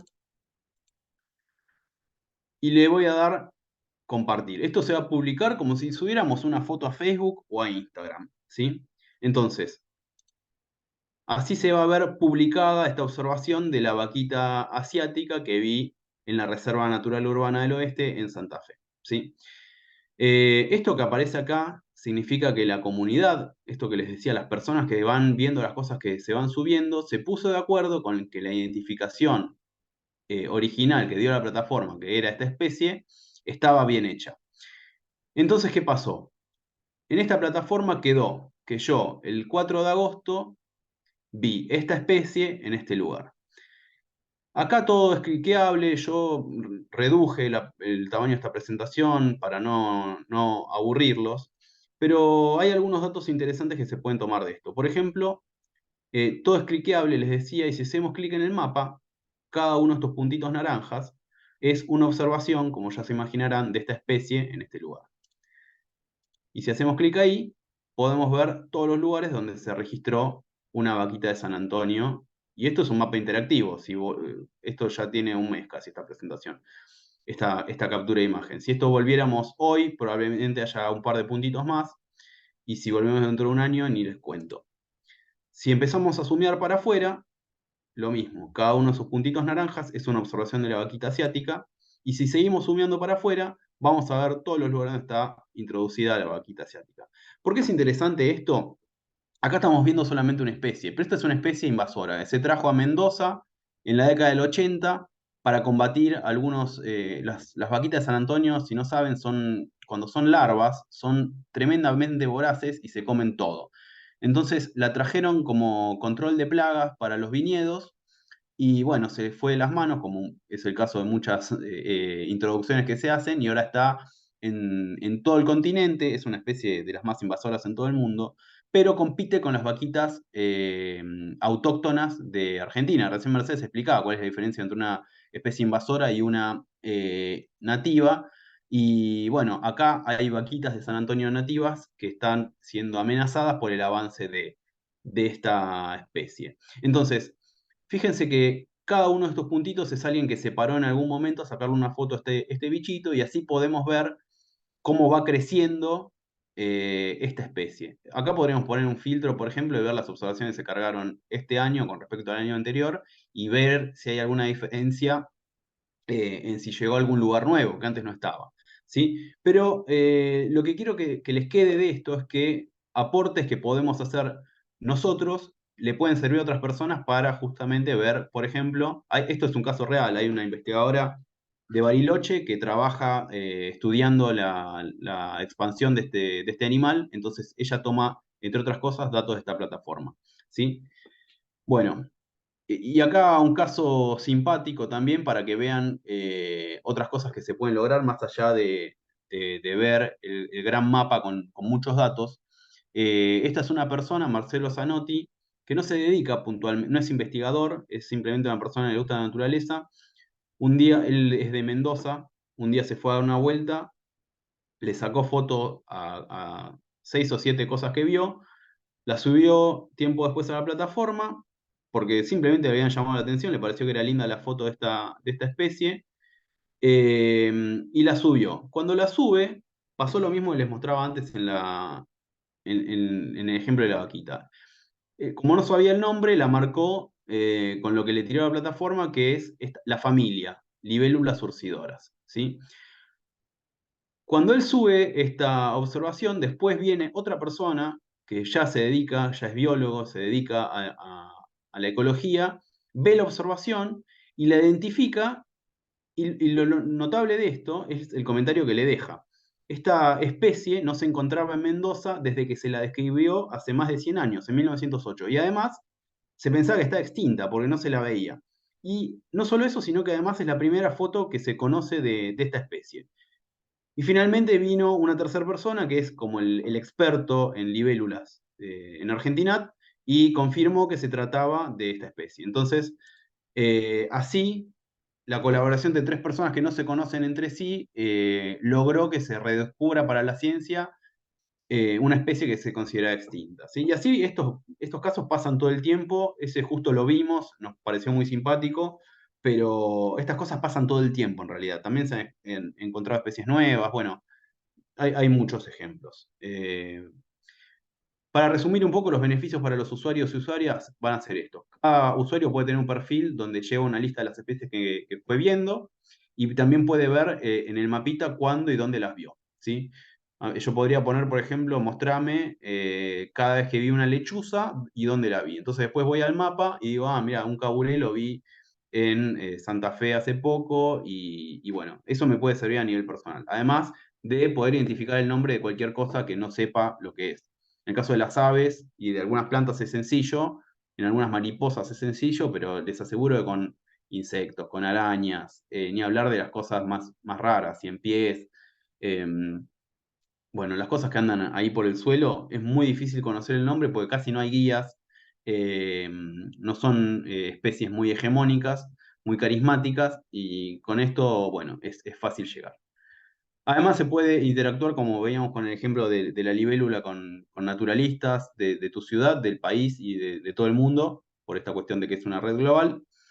Y también, si nos interesa practicar y conocer un poco más, podemos usar esta cuestión de identificar fotos que van subiendo para ampliar nuestros conocimientos, ¿sí? Bueno, y vamos a ver qué es lo que... Acá vimos qué es lo que pasa con las observaciones a nivel personal. Y les quiero contar esto de los proyectos, que es básicamente decirle a la plataforma, tráeme un grupo de observaciones que cumplan con determinados criterios para conocer un poco más sobre lo que tenemos en nuestro país y en el área de interés que nos parezca a nosotros. Es un proyecto, bueno, es básicamente una forma de agrupar observaciones eh, que recopila observaciones justamente de diferentes usuarios, no solo las nuestras, con determinadas condiciones. Por ejemplo, podríamos hacer un proyecto que sea Escarabajos de Santa Fe, ¿no? ¿Qué es lo que va a pasar entonces? Cada vez que alguien suba una observación de cualquier escarabajo dentro de la provincia de Santa Fe, se me va a sumar automáticamente a mi proyecto Escarabajos de Santa Fe. No importa si esta persona no sabe que existe el proyecto y que yo me interesa ver cada vez que alguien sube algo, ¿no? Con que suba un escarabajo y que sea identificado como tal dentro de Santa Fe, se va a cargar automáticamente en mi proyecto y así no hace falta saber activamente que existe ese proyecto para colaborar con él. Esto es muy versátil, se puede hacer de la forma prácticamente que queramos, pero traje algunos ejemplos que les pueden llegar a ser de interés como para inspirarse. Eh, Como les decía, Vida Silvestre es una ONG de conservación y nosotros cuando empezamos a trabajar con este proyecto es porque vimos el ejemplo de lo que habían hecho en México, donde lo impulsa un organismo estatal que se llama la CONABIO, la Comisión Nacional de la Biodiversidad. Ahí vi algunos ejemplos que habían hecho los ciudadanos y ciudadanas en México y me parecieron fantásticos. Volví a Argentina y dije, esto lo tenemos que hacer nosotros y por suerte salió. Y este es uno de los ejemplos que siempre pongo porque me parecen de los más lindos. Este es un grupo de activistas que trabajan en Hudson, provincia de Buenos Aires, en el partido de Berazategui, protegiendo los humedales de la costa, ¿sí? Entonces ellos crearon un proyecto donde cada vez que alguien sube dentro de este lugar una observación, van viendo lo que tienen en estos humedales que no están protegidos. Entonces ellos pueden tener ahí la lista de quién es la persona que más observaciones realizó, quién es la persona que tiene más especies registradas. Esto es más simpático que otra cosa, pero también puede servir como consulta. Y cuáles son las especies más observadas. Después pueden publicar noticias para la gente que sigue el proyecto y filtrar, hacer las estadísticas de ver, por ejemplo, cuáles son las observaciones que generaron un dato de valor para la ciencia y cuáles les falta un poco más de identificación. Lo contundente quizás es esto, es verlo en el mapa. Estos son los recorridos que hacen ellos registrando la biodiversidad que aparece en estos humedales que, insisto, no están protegidos y que de hecho están amenazados por la expansión de los barrios cerrados, ¿sí? Entonces, si tienen esta cantidad impresionante de biodiversidad en las orillas, imagínense lo que está perdiéndose acá adentro, en los núcleos, ¿no? Y bueno, en el proyecto pueden ver la lista de especies también, ver cuáles son las más observadas. Esto se lo veía antes, está un poco más profundizado acá. Y también pueden filtrar. Y como herramienta, yo soy comunicador, trabajo en el departamento de comunicación y siempre me pareció como muy potente para la comunicación esta plataforma. Entonces, puede mostrar que hay casi 1000 especies en un humedal que está siendo destruido de a poco y incluso para filtrar, ellos podrían filtrar, por ejemplo, de estas casi 1000 especies, cuáles son los anfibios y reptiles. Que creo que había 17 en la lista. A mí este número me sorprendió muchísimo, no esperaba ni la mitad de anfibios y reptiles, insisto, en un lugar que está sin protección en las costas del conurbano bonaerense. Eh, ¿Qué es lo que pasaría entonces si pudieran proteger este lugar, no? Bueno, eh, este lo voy a pasar rápido, me lo pongo siempre porque gráficamente es impresionante. Es un grupo de buzos que suben observaciones submarinas, el nombre es bastante descriptivo, y bueno, ahí pueden ver las cosas raras, corales, cangrejos, cosas que normalmente no vemos, pues no nos metemos abajo del agua, pero bueno, es muy interesante ver las cosas que se van subiendo.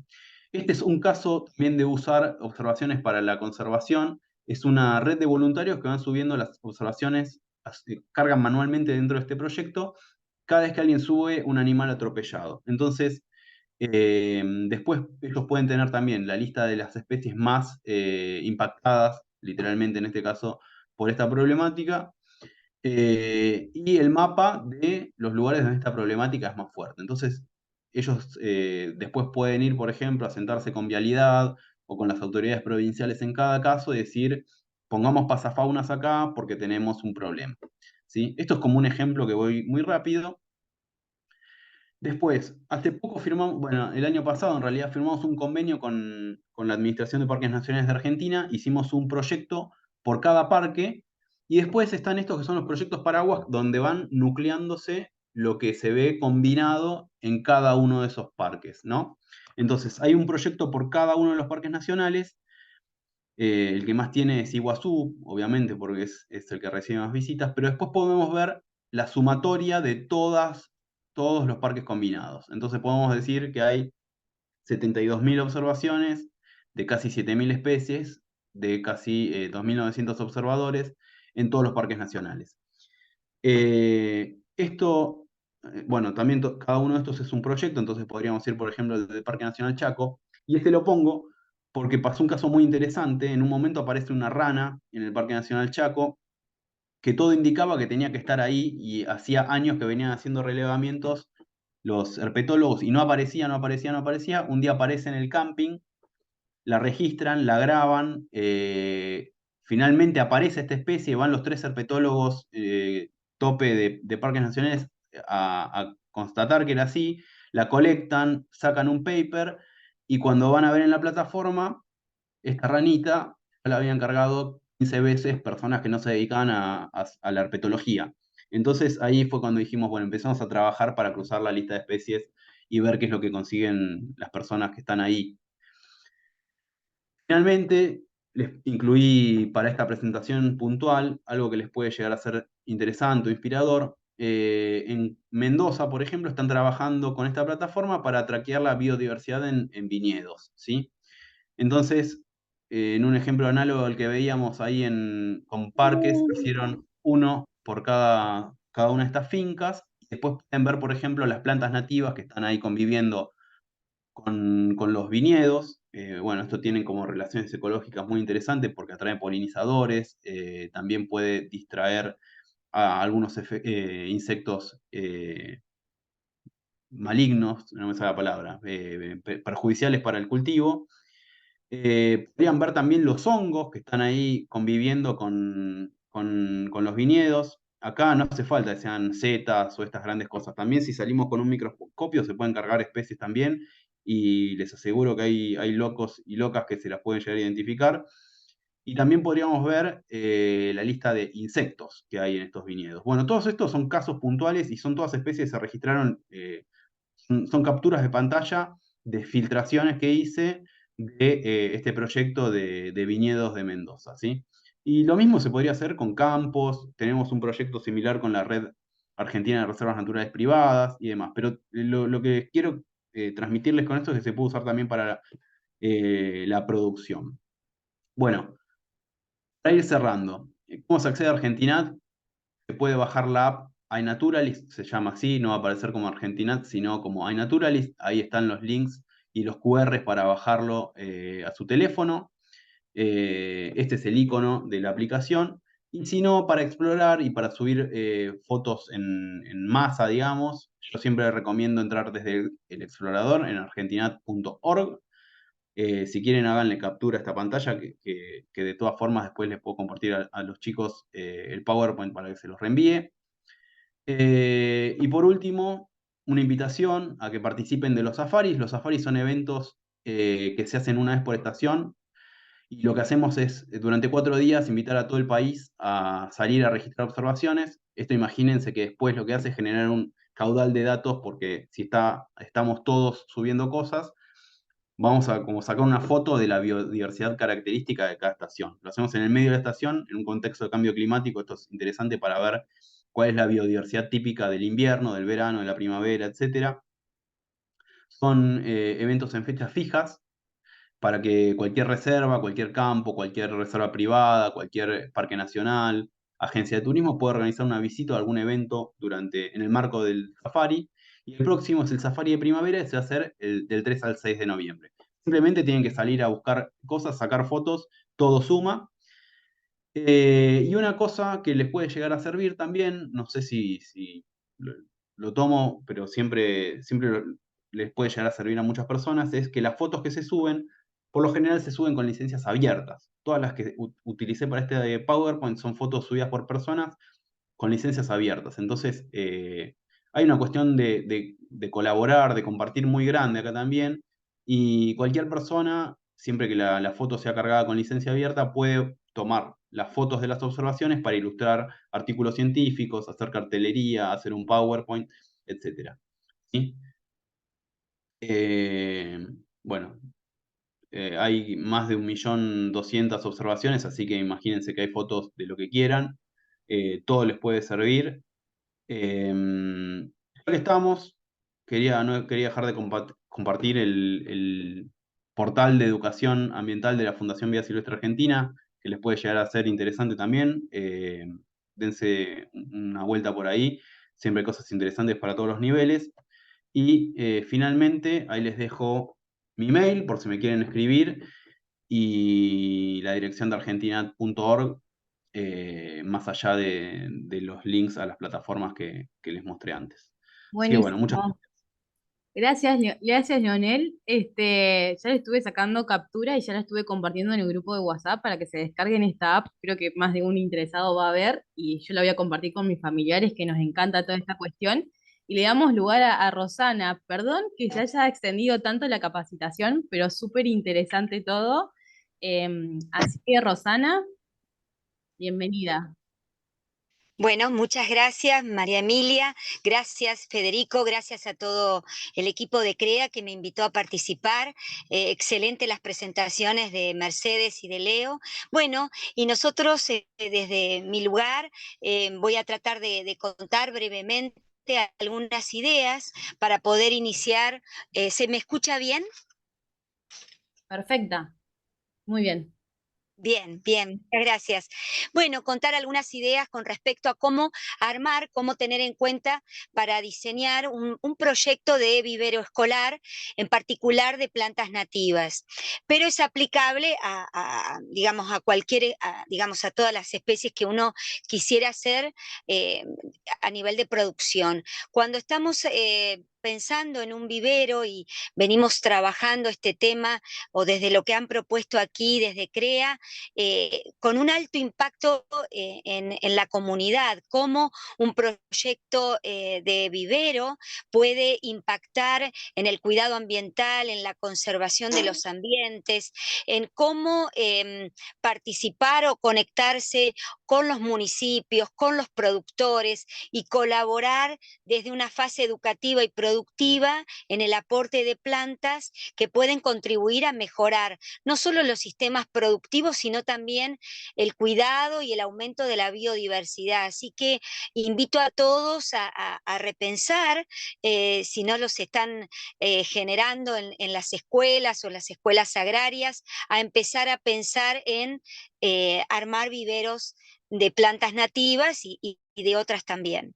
En el caso de generar el proyecto, tenemos que estar pensando en definir algunas cuestiones que tienen que ver con el objetivo. El objetivo puede ser meramente educativo o educativo y comercial. Y hago una diferenciación entre lo que es un proyecto de vivero de un emprendedor, donde no está la fase educativa, donde no tiene todo un proceso de aprendizaje con los alumnos, y eso el educador lo tiene que tener muy en cuenta. También hay que definir, cuando estamos en la primera etapa de este proyecto, el destino de esas plantas. Muchos viveristas o profesores se enamoran de todas las plantas y no las dejan ir, pero el vivero tiene una etapa donde las plantas van a estar ahí, donde se van a multiplicar, crecer, pero tiene un espacio que es finito, entonces tienen que tener un destino y tienen que tener un tiempo. 2 años, 3 años, 6 meses, y ahí tienen que partir y yo tengo que saber cuál va a ser el destino para poder después planificar otras acciones dentro del vivero. Un destino muy importante son las cortinas forestales, son los espacios multipropósitos, son los espacios de conservación, son estos parches que ayudan, que hoy hablaba Mercedes, en el paisaje, y estamos hablando de restauración. Entonces tengo que tener en cuenta el destino final para saber dónde voy a ir a hacer las colectas de semillas, o dónde voy a buscarlas o a intercambiar o a pedir para poder utilizarlas dentro del vivero y multiplicar y producir mis especies, mis plantas, para poder llegar al producto final. La próxima, por favor. Una cosa que no les comenté fue que el vivero escolar o el educativo puede cumplir con los objetivos de desarrollo sostenible, tanto son 17 objetivos, tanto el 15 como el 13, en el cambio climático, como en la conservación de los ecosistemas terrestres, son muy, pero muy importantes. Así que, no, esto para que impacte en lo que ustedes pueden hacer. Acá les quise contar un poquito que cuando inicio un vivero, muchas veces tiene una imagen o una idea de hobby, ¿no? Como que pueden estar, a veces es con lo que puedo, pero cuando estoy desde un colegio, desde una institución educativa, desde un centro educativo, debo estar pensando en algo más planificado, más organizado. Cuando estoy en una idea de hobby, a veces todo es muy precario, muy rudimentario, y tengo que transmitir una idea, un mensaje a los alumnos de que esto es como una fábrica, un oficio que tengo que iniciar como un proceso continuo. Entonces, un sistema productivo tenemos que visualizarlo como una fábrica donde voy a producir plantas de calidad, donde voy a estar pensando y recomponiendo aquello que no funciona. Y para pensar en esta fábrica, yo la dividí en 3 espacios, uno que tiene que ver con las prácticas culturales, otro que tiene que ver con la calidad genética, otro que tiene que ver con el ámbito de propagación. Entonces, desde el riego, desde el suelo, desde el sustrato, desde el manejo de plagas, todo ese sistema, ese componente va a estar en las prácticas culturales que tengo que diseñar, planificar en este sistema productivo. En cuanto a la calidad genética, va a tener en cuenta cómo voy a multiplicar la facilidad, y cómo es en esas plantas, en esas especies que voy a elegir para el vivero, para multiplicar, cómo va a ser su vigor, cómo va a ser las etapas, las épocas más apropiadas para hacerlo. Y en el tema del ambiente de propagación voy a tener que manejar tanto la radiación, la temperatura y la humedad relativa en ese ambiente para que todo funcione como lo que estoy buscando, ¿no? Un ámbito de fábrica, un proceso. La próxima. Aquí, en esta meta, que es la producción de plantas de calidad, voy a estar pensando en qué especies voy a producir. Y cuando hablo de qué especies, también hoy miraba la gente que estaba conectada, que es un montón, y quería, claro, desde Misiones hasta un montón de otros lugares, tenemos que estar mirando la ecorregión, que bien la nombró Mercedes, desde nuestro país, dónde estamos enclavados y qué especies son las que me convienen de acuerdo al destino que quiero o me propuse, ¿no?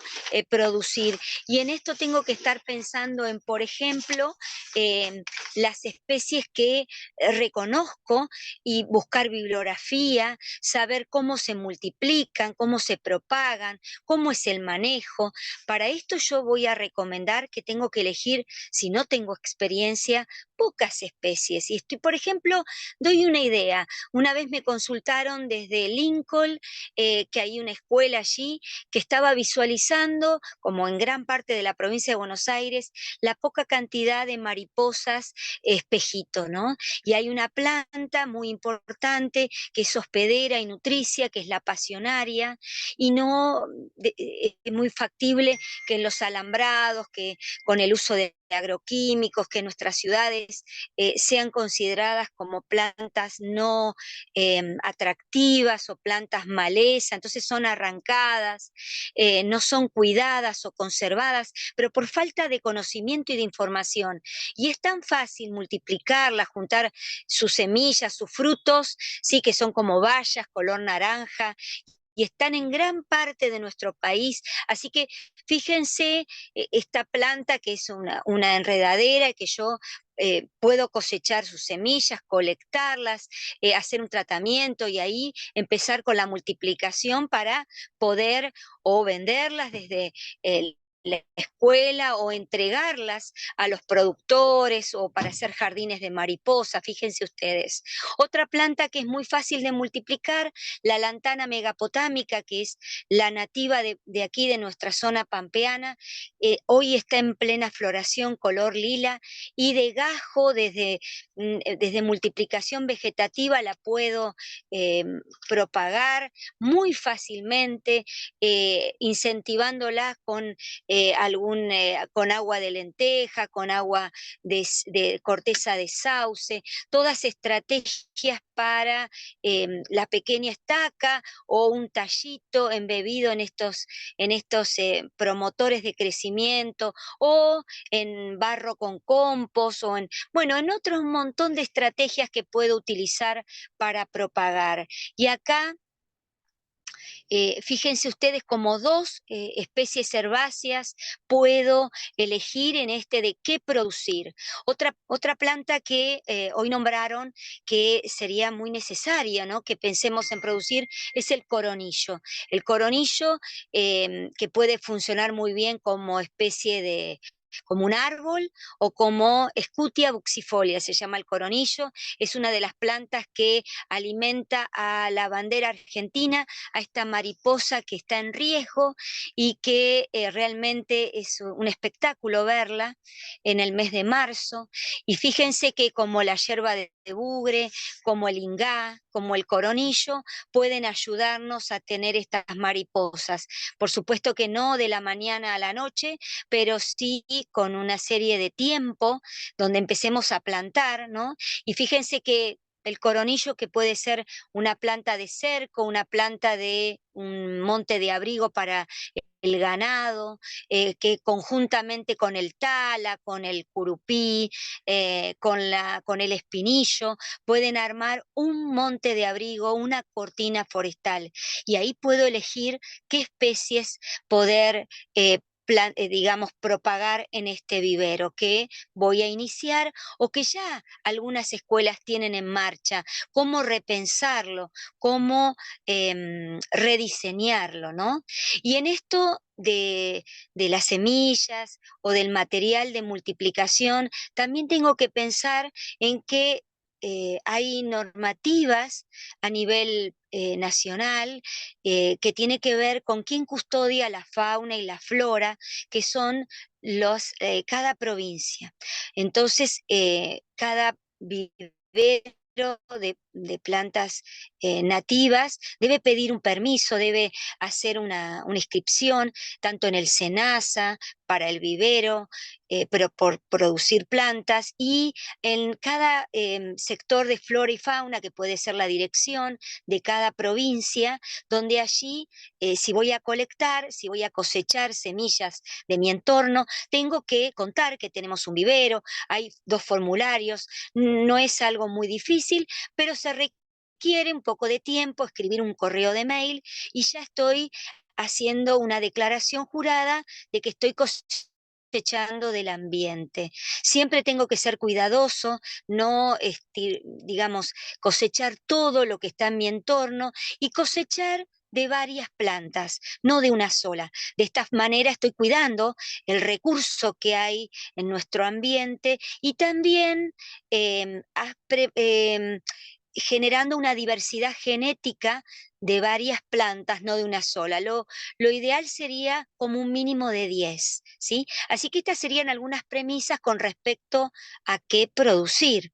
Y en el cómo, bueno, en este ítem es un poco más largo, ¿no? Y aquí tengo que estar pensando en primero, en toda la infraestructura que yo voy a necesitar, y en esto de la inversión. Muchas veces tengo que estar pensando en que debo contar con un invernáculo, y para el diseño del invernáculo tengo que pensar en qué cantidad de plantas voy a producir por año. Y ahí vuelvo en este del destino, a dónde van a ir esas plantas a formar parte en la comunidad, ¿no? A los montes de abrigo, cómo me voy a conectar con los productores, con el municipio para entregarlas o para venderlas. Entonces, ¿en cuánto tiempo y cuánto tiempo van a pasar en este vivero?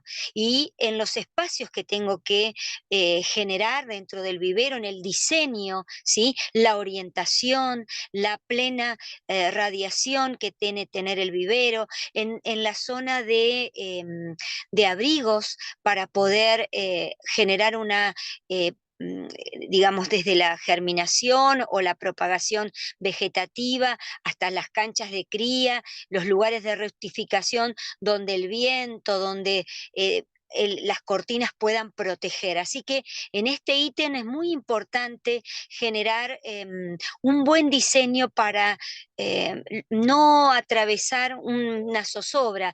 ¿Qué es lo que sucede?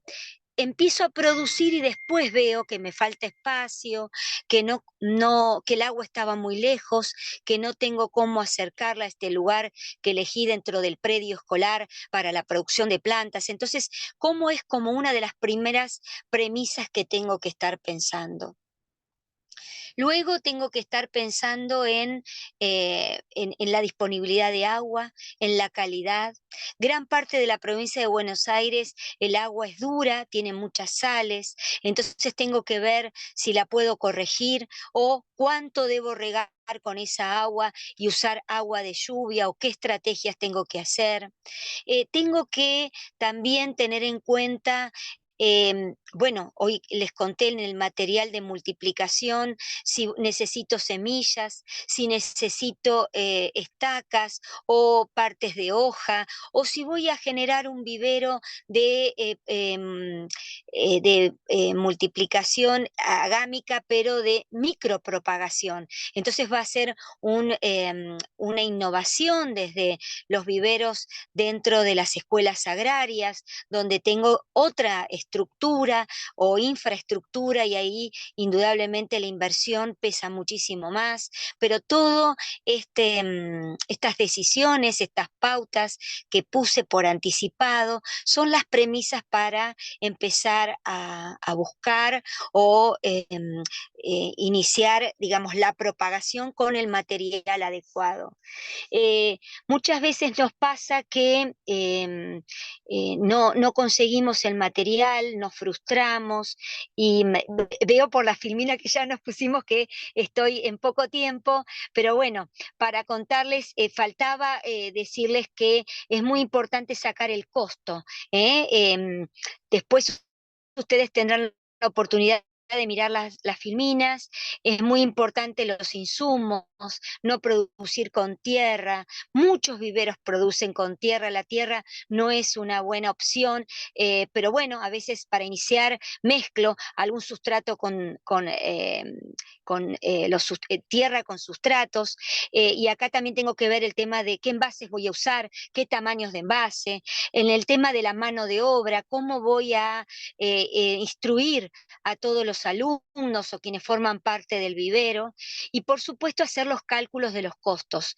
Es muy importante de que tengan en cuenta esto para poder promover dentro de los alumnos, desde el territorio, como una posibilidad de un emprendimiento, ¿no? Cómo puede ser un emprendimiento rentable en la comunidad, cómo puede ser una generación de trabajo. Y bueno, para ir despidiéndome, les puse una nómina de bibliografía donde ustedes pueden consultar.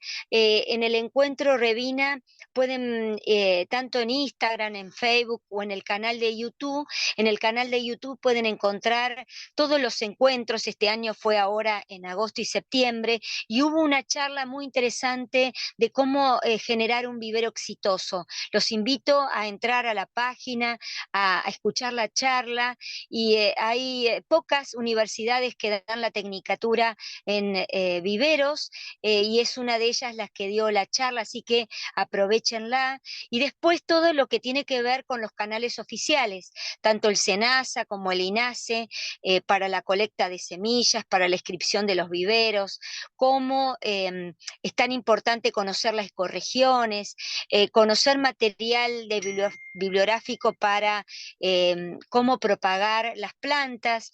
Ahí les dejé un libro que los puede ayudar, y bueno, y ponerme a disposición de todos ustedes desde mi ámbito como expertise, como ingeniera forestal y conocedora de las plantas nativas, como para poder ayudarlos y acompañarlos en este hermoso desafío que es la producción de plantas, y cómo enriquecer el espacio donde ustedes viven, donde ustedes se desarrollan como comunidad educativa, ¿no? Cómo los viveros pueden generar una herramienta educativa que transforme el lugar donde ustedes viven, ya sea para difundir las plantas nativas, como para poder generar prácticas de plantaciones y acompañamiento a los productores y a toda la comunidad.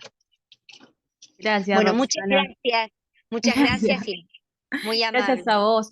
Yo, en primer lugar, no sé si Pedro está por ahí y quiere hacer una consulta que creo que estaría bueno que la responda Rosana. Pedro Díaz. ¿O alguien tiene alguna pregunta, quiere hacer y damos algunos minutitos y luego cerramos? No sé si está Si no me comprometo, como te comenté, María Emilia, de que si hay inquietudes, te escriban, por supuesto, y las contestamos, y después ustedes las pueden publicar, por supuesto. Sí, luego vamos a pasar los contactos si alguien tiene alguna duda puntual. Ahí estaba levantando la mano Laura. Sí, yo quisiera saber, si no se ocupa tierra, ¿qué es lo que recomienda ella para hacer, las plantaciones? Sí, mira, Laura, ¿no es cierto? Sí, Es muy importante que en la etapa de multiplicación y propagación, ya sea por semilla o de forma vegetativa, por los diferentes métodos que hay, uno puede utilizar sustrato. El sustrato es una mezcla de componentes donde un poquito podría llegar a ser la tierra. Nosotros recomendamos que no, pero por ejemplo, desde turba, desde perlita, desde materiales que uno, desde compost, lombricompost, hay muchas formas de preparar sustratos. Podría mandarles materiales o algunas capacitaciones donde puedan visualizar desde cada lugar cómo preparar sus propios sustratos, y quizás dejar para la última etapa un poco de el uso, un poco de tierra, porque supongo no, eh, de alguna manera tiene un cierto costo el uso de sustratos para a lo mejor una escuela agraria donde el fin no es la comercialización, pero indudablemente impacta el uso de la tierra en el desmedro de una planta de mala calidad, ¿sí? Así que, digamos, hay muchas maneras, hay muchos sustratos o formas de preparar. Nosotros siempre estamos tratando de que la gente mire en su entorno qué elementos tiene para poder utilizar. Pero hay muchos elementos, por ejemplo, la turba de río, digamos, hay muchos sustratos que uno puede preparar. Y te invito a mirar la página. Acá no puedo hacerlo tan extenso y explicar cómo preparar y qué cosas tener en cuenta, pero en general uno la mezcla con algo que tiene que promover porosidad y otra parte que tiene que conservar o retener humedad. Y en menor escala lo que aporta los nutrientes para abastecer el crecimiento de la planta. Tiene que tener en cuenta esos tres componentes para ayudar. Y también en las primeras etapas uno usa poco sustrato porque usa bandejas de multiplicación o Rosana, almacigueras donde te volúmenes pido mil pequeños. Sí. disculpas. ¿Les parece que hacemos nexo a través de los suelos de mi país? Laura, volvemos a profundizar el reemplazo y le pasamos la palabra a Rosana y puedan dialogar. Y Mariela, ¿querés consultar? Hacíamos lugar a todos, perdonen. Mariela, ¿querés abrir el micrófono?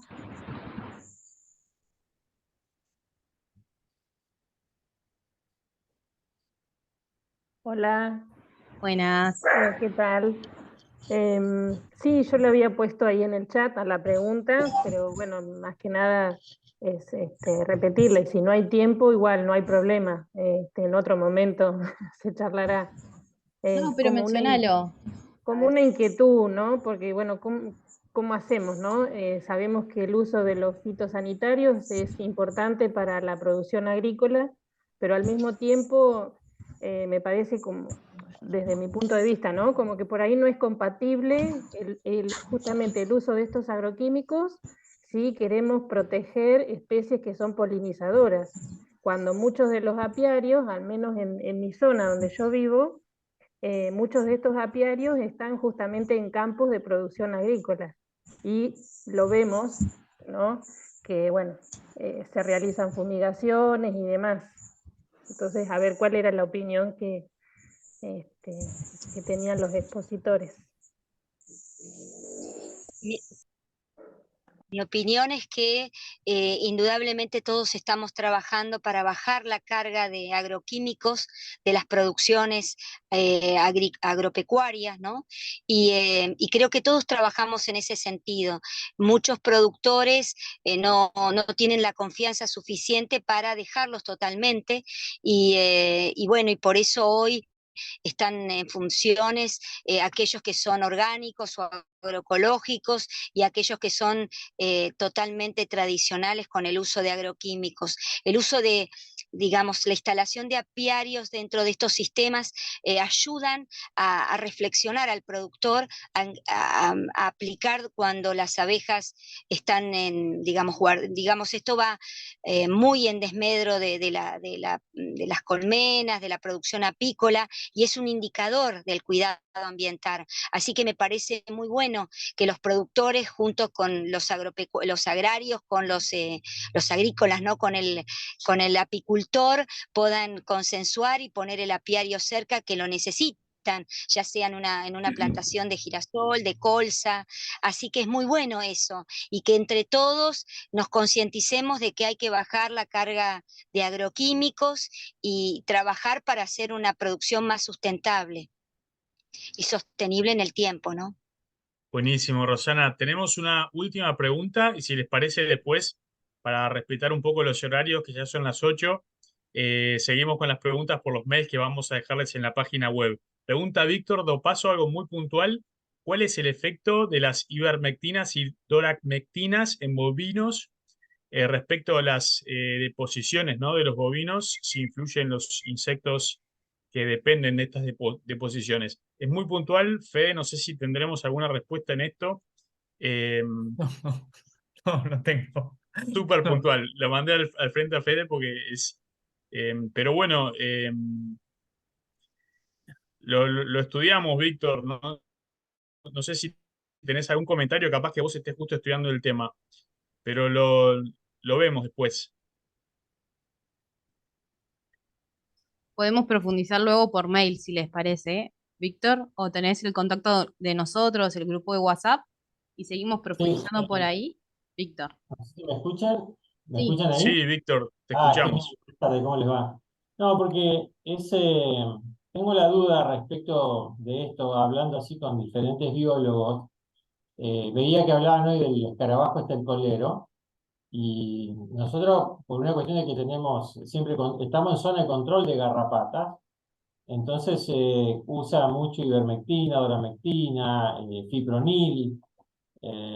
Mi duda siempre está en decir, cada vez veo más, está bien que estuvimos en un periodo de seca muy largo, que estamos saliendo ahora, pero cada vez las bostas de las vacas demoran muchísimo más en degradarse.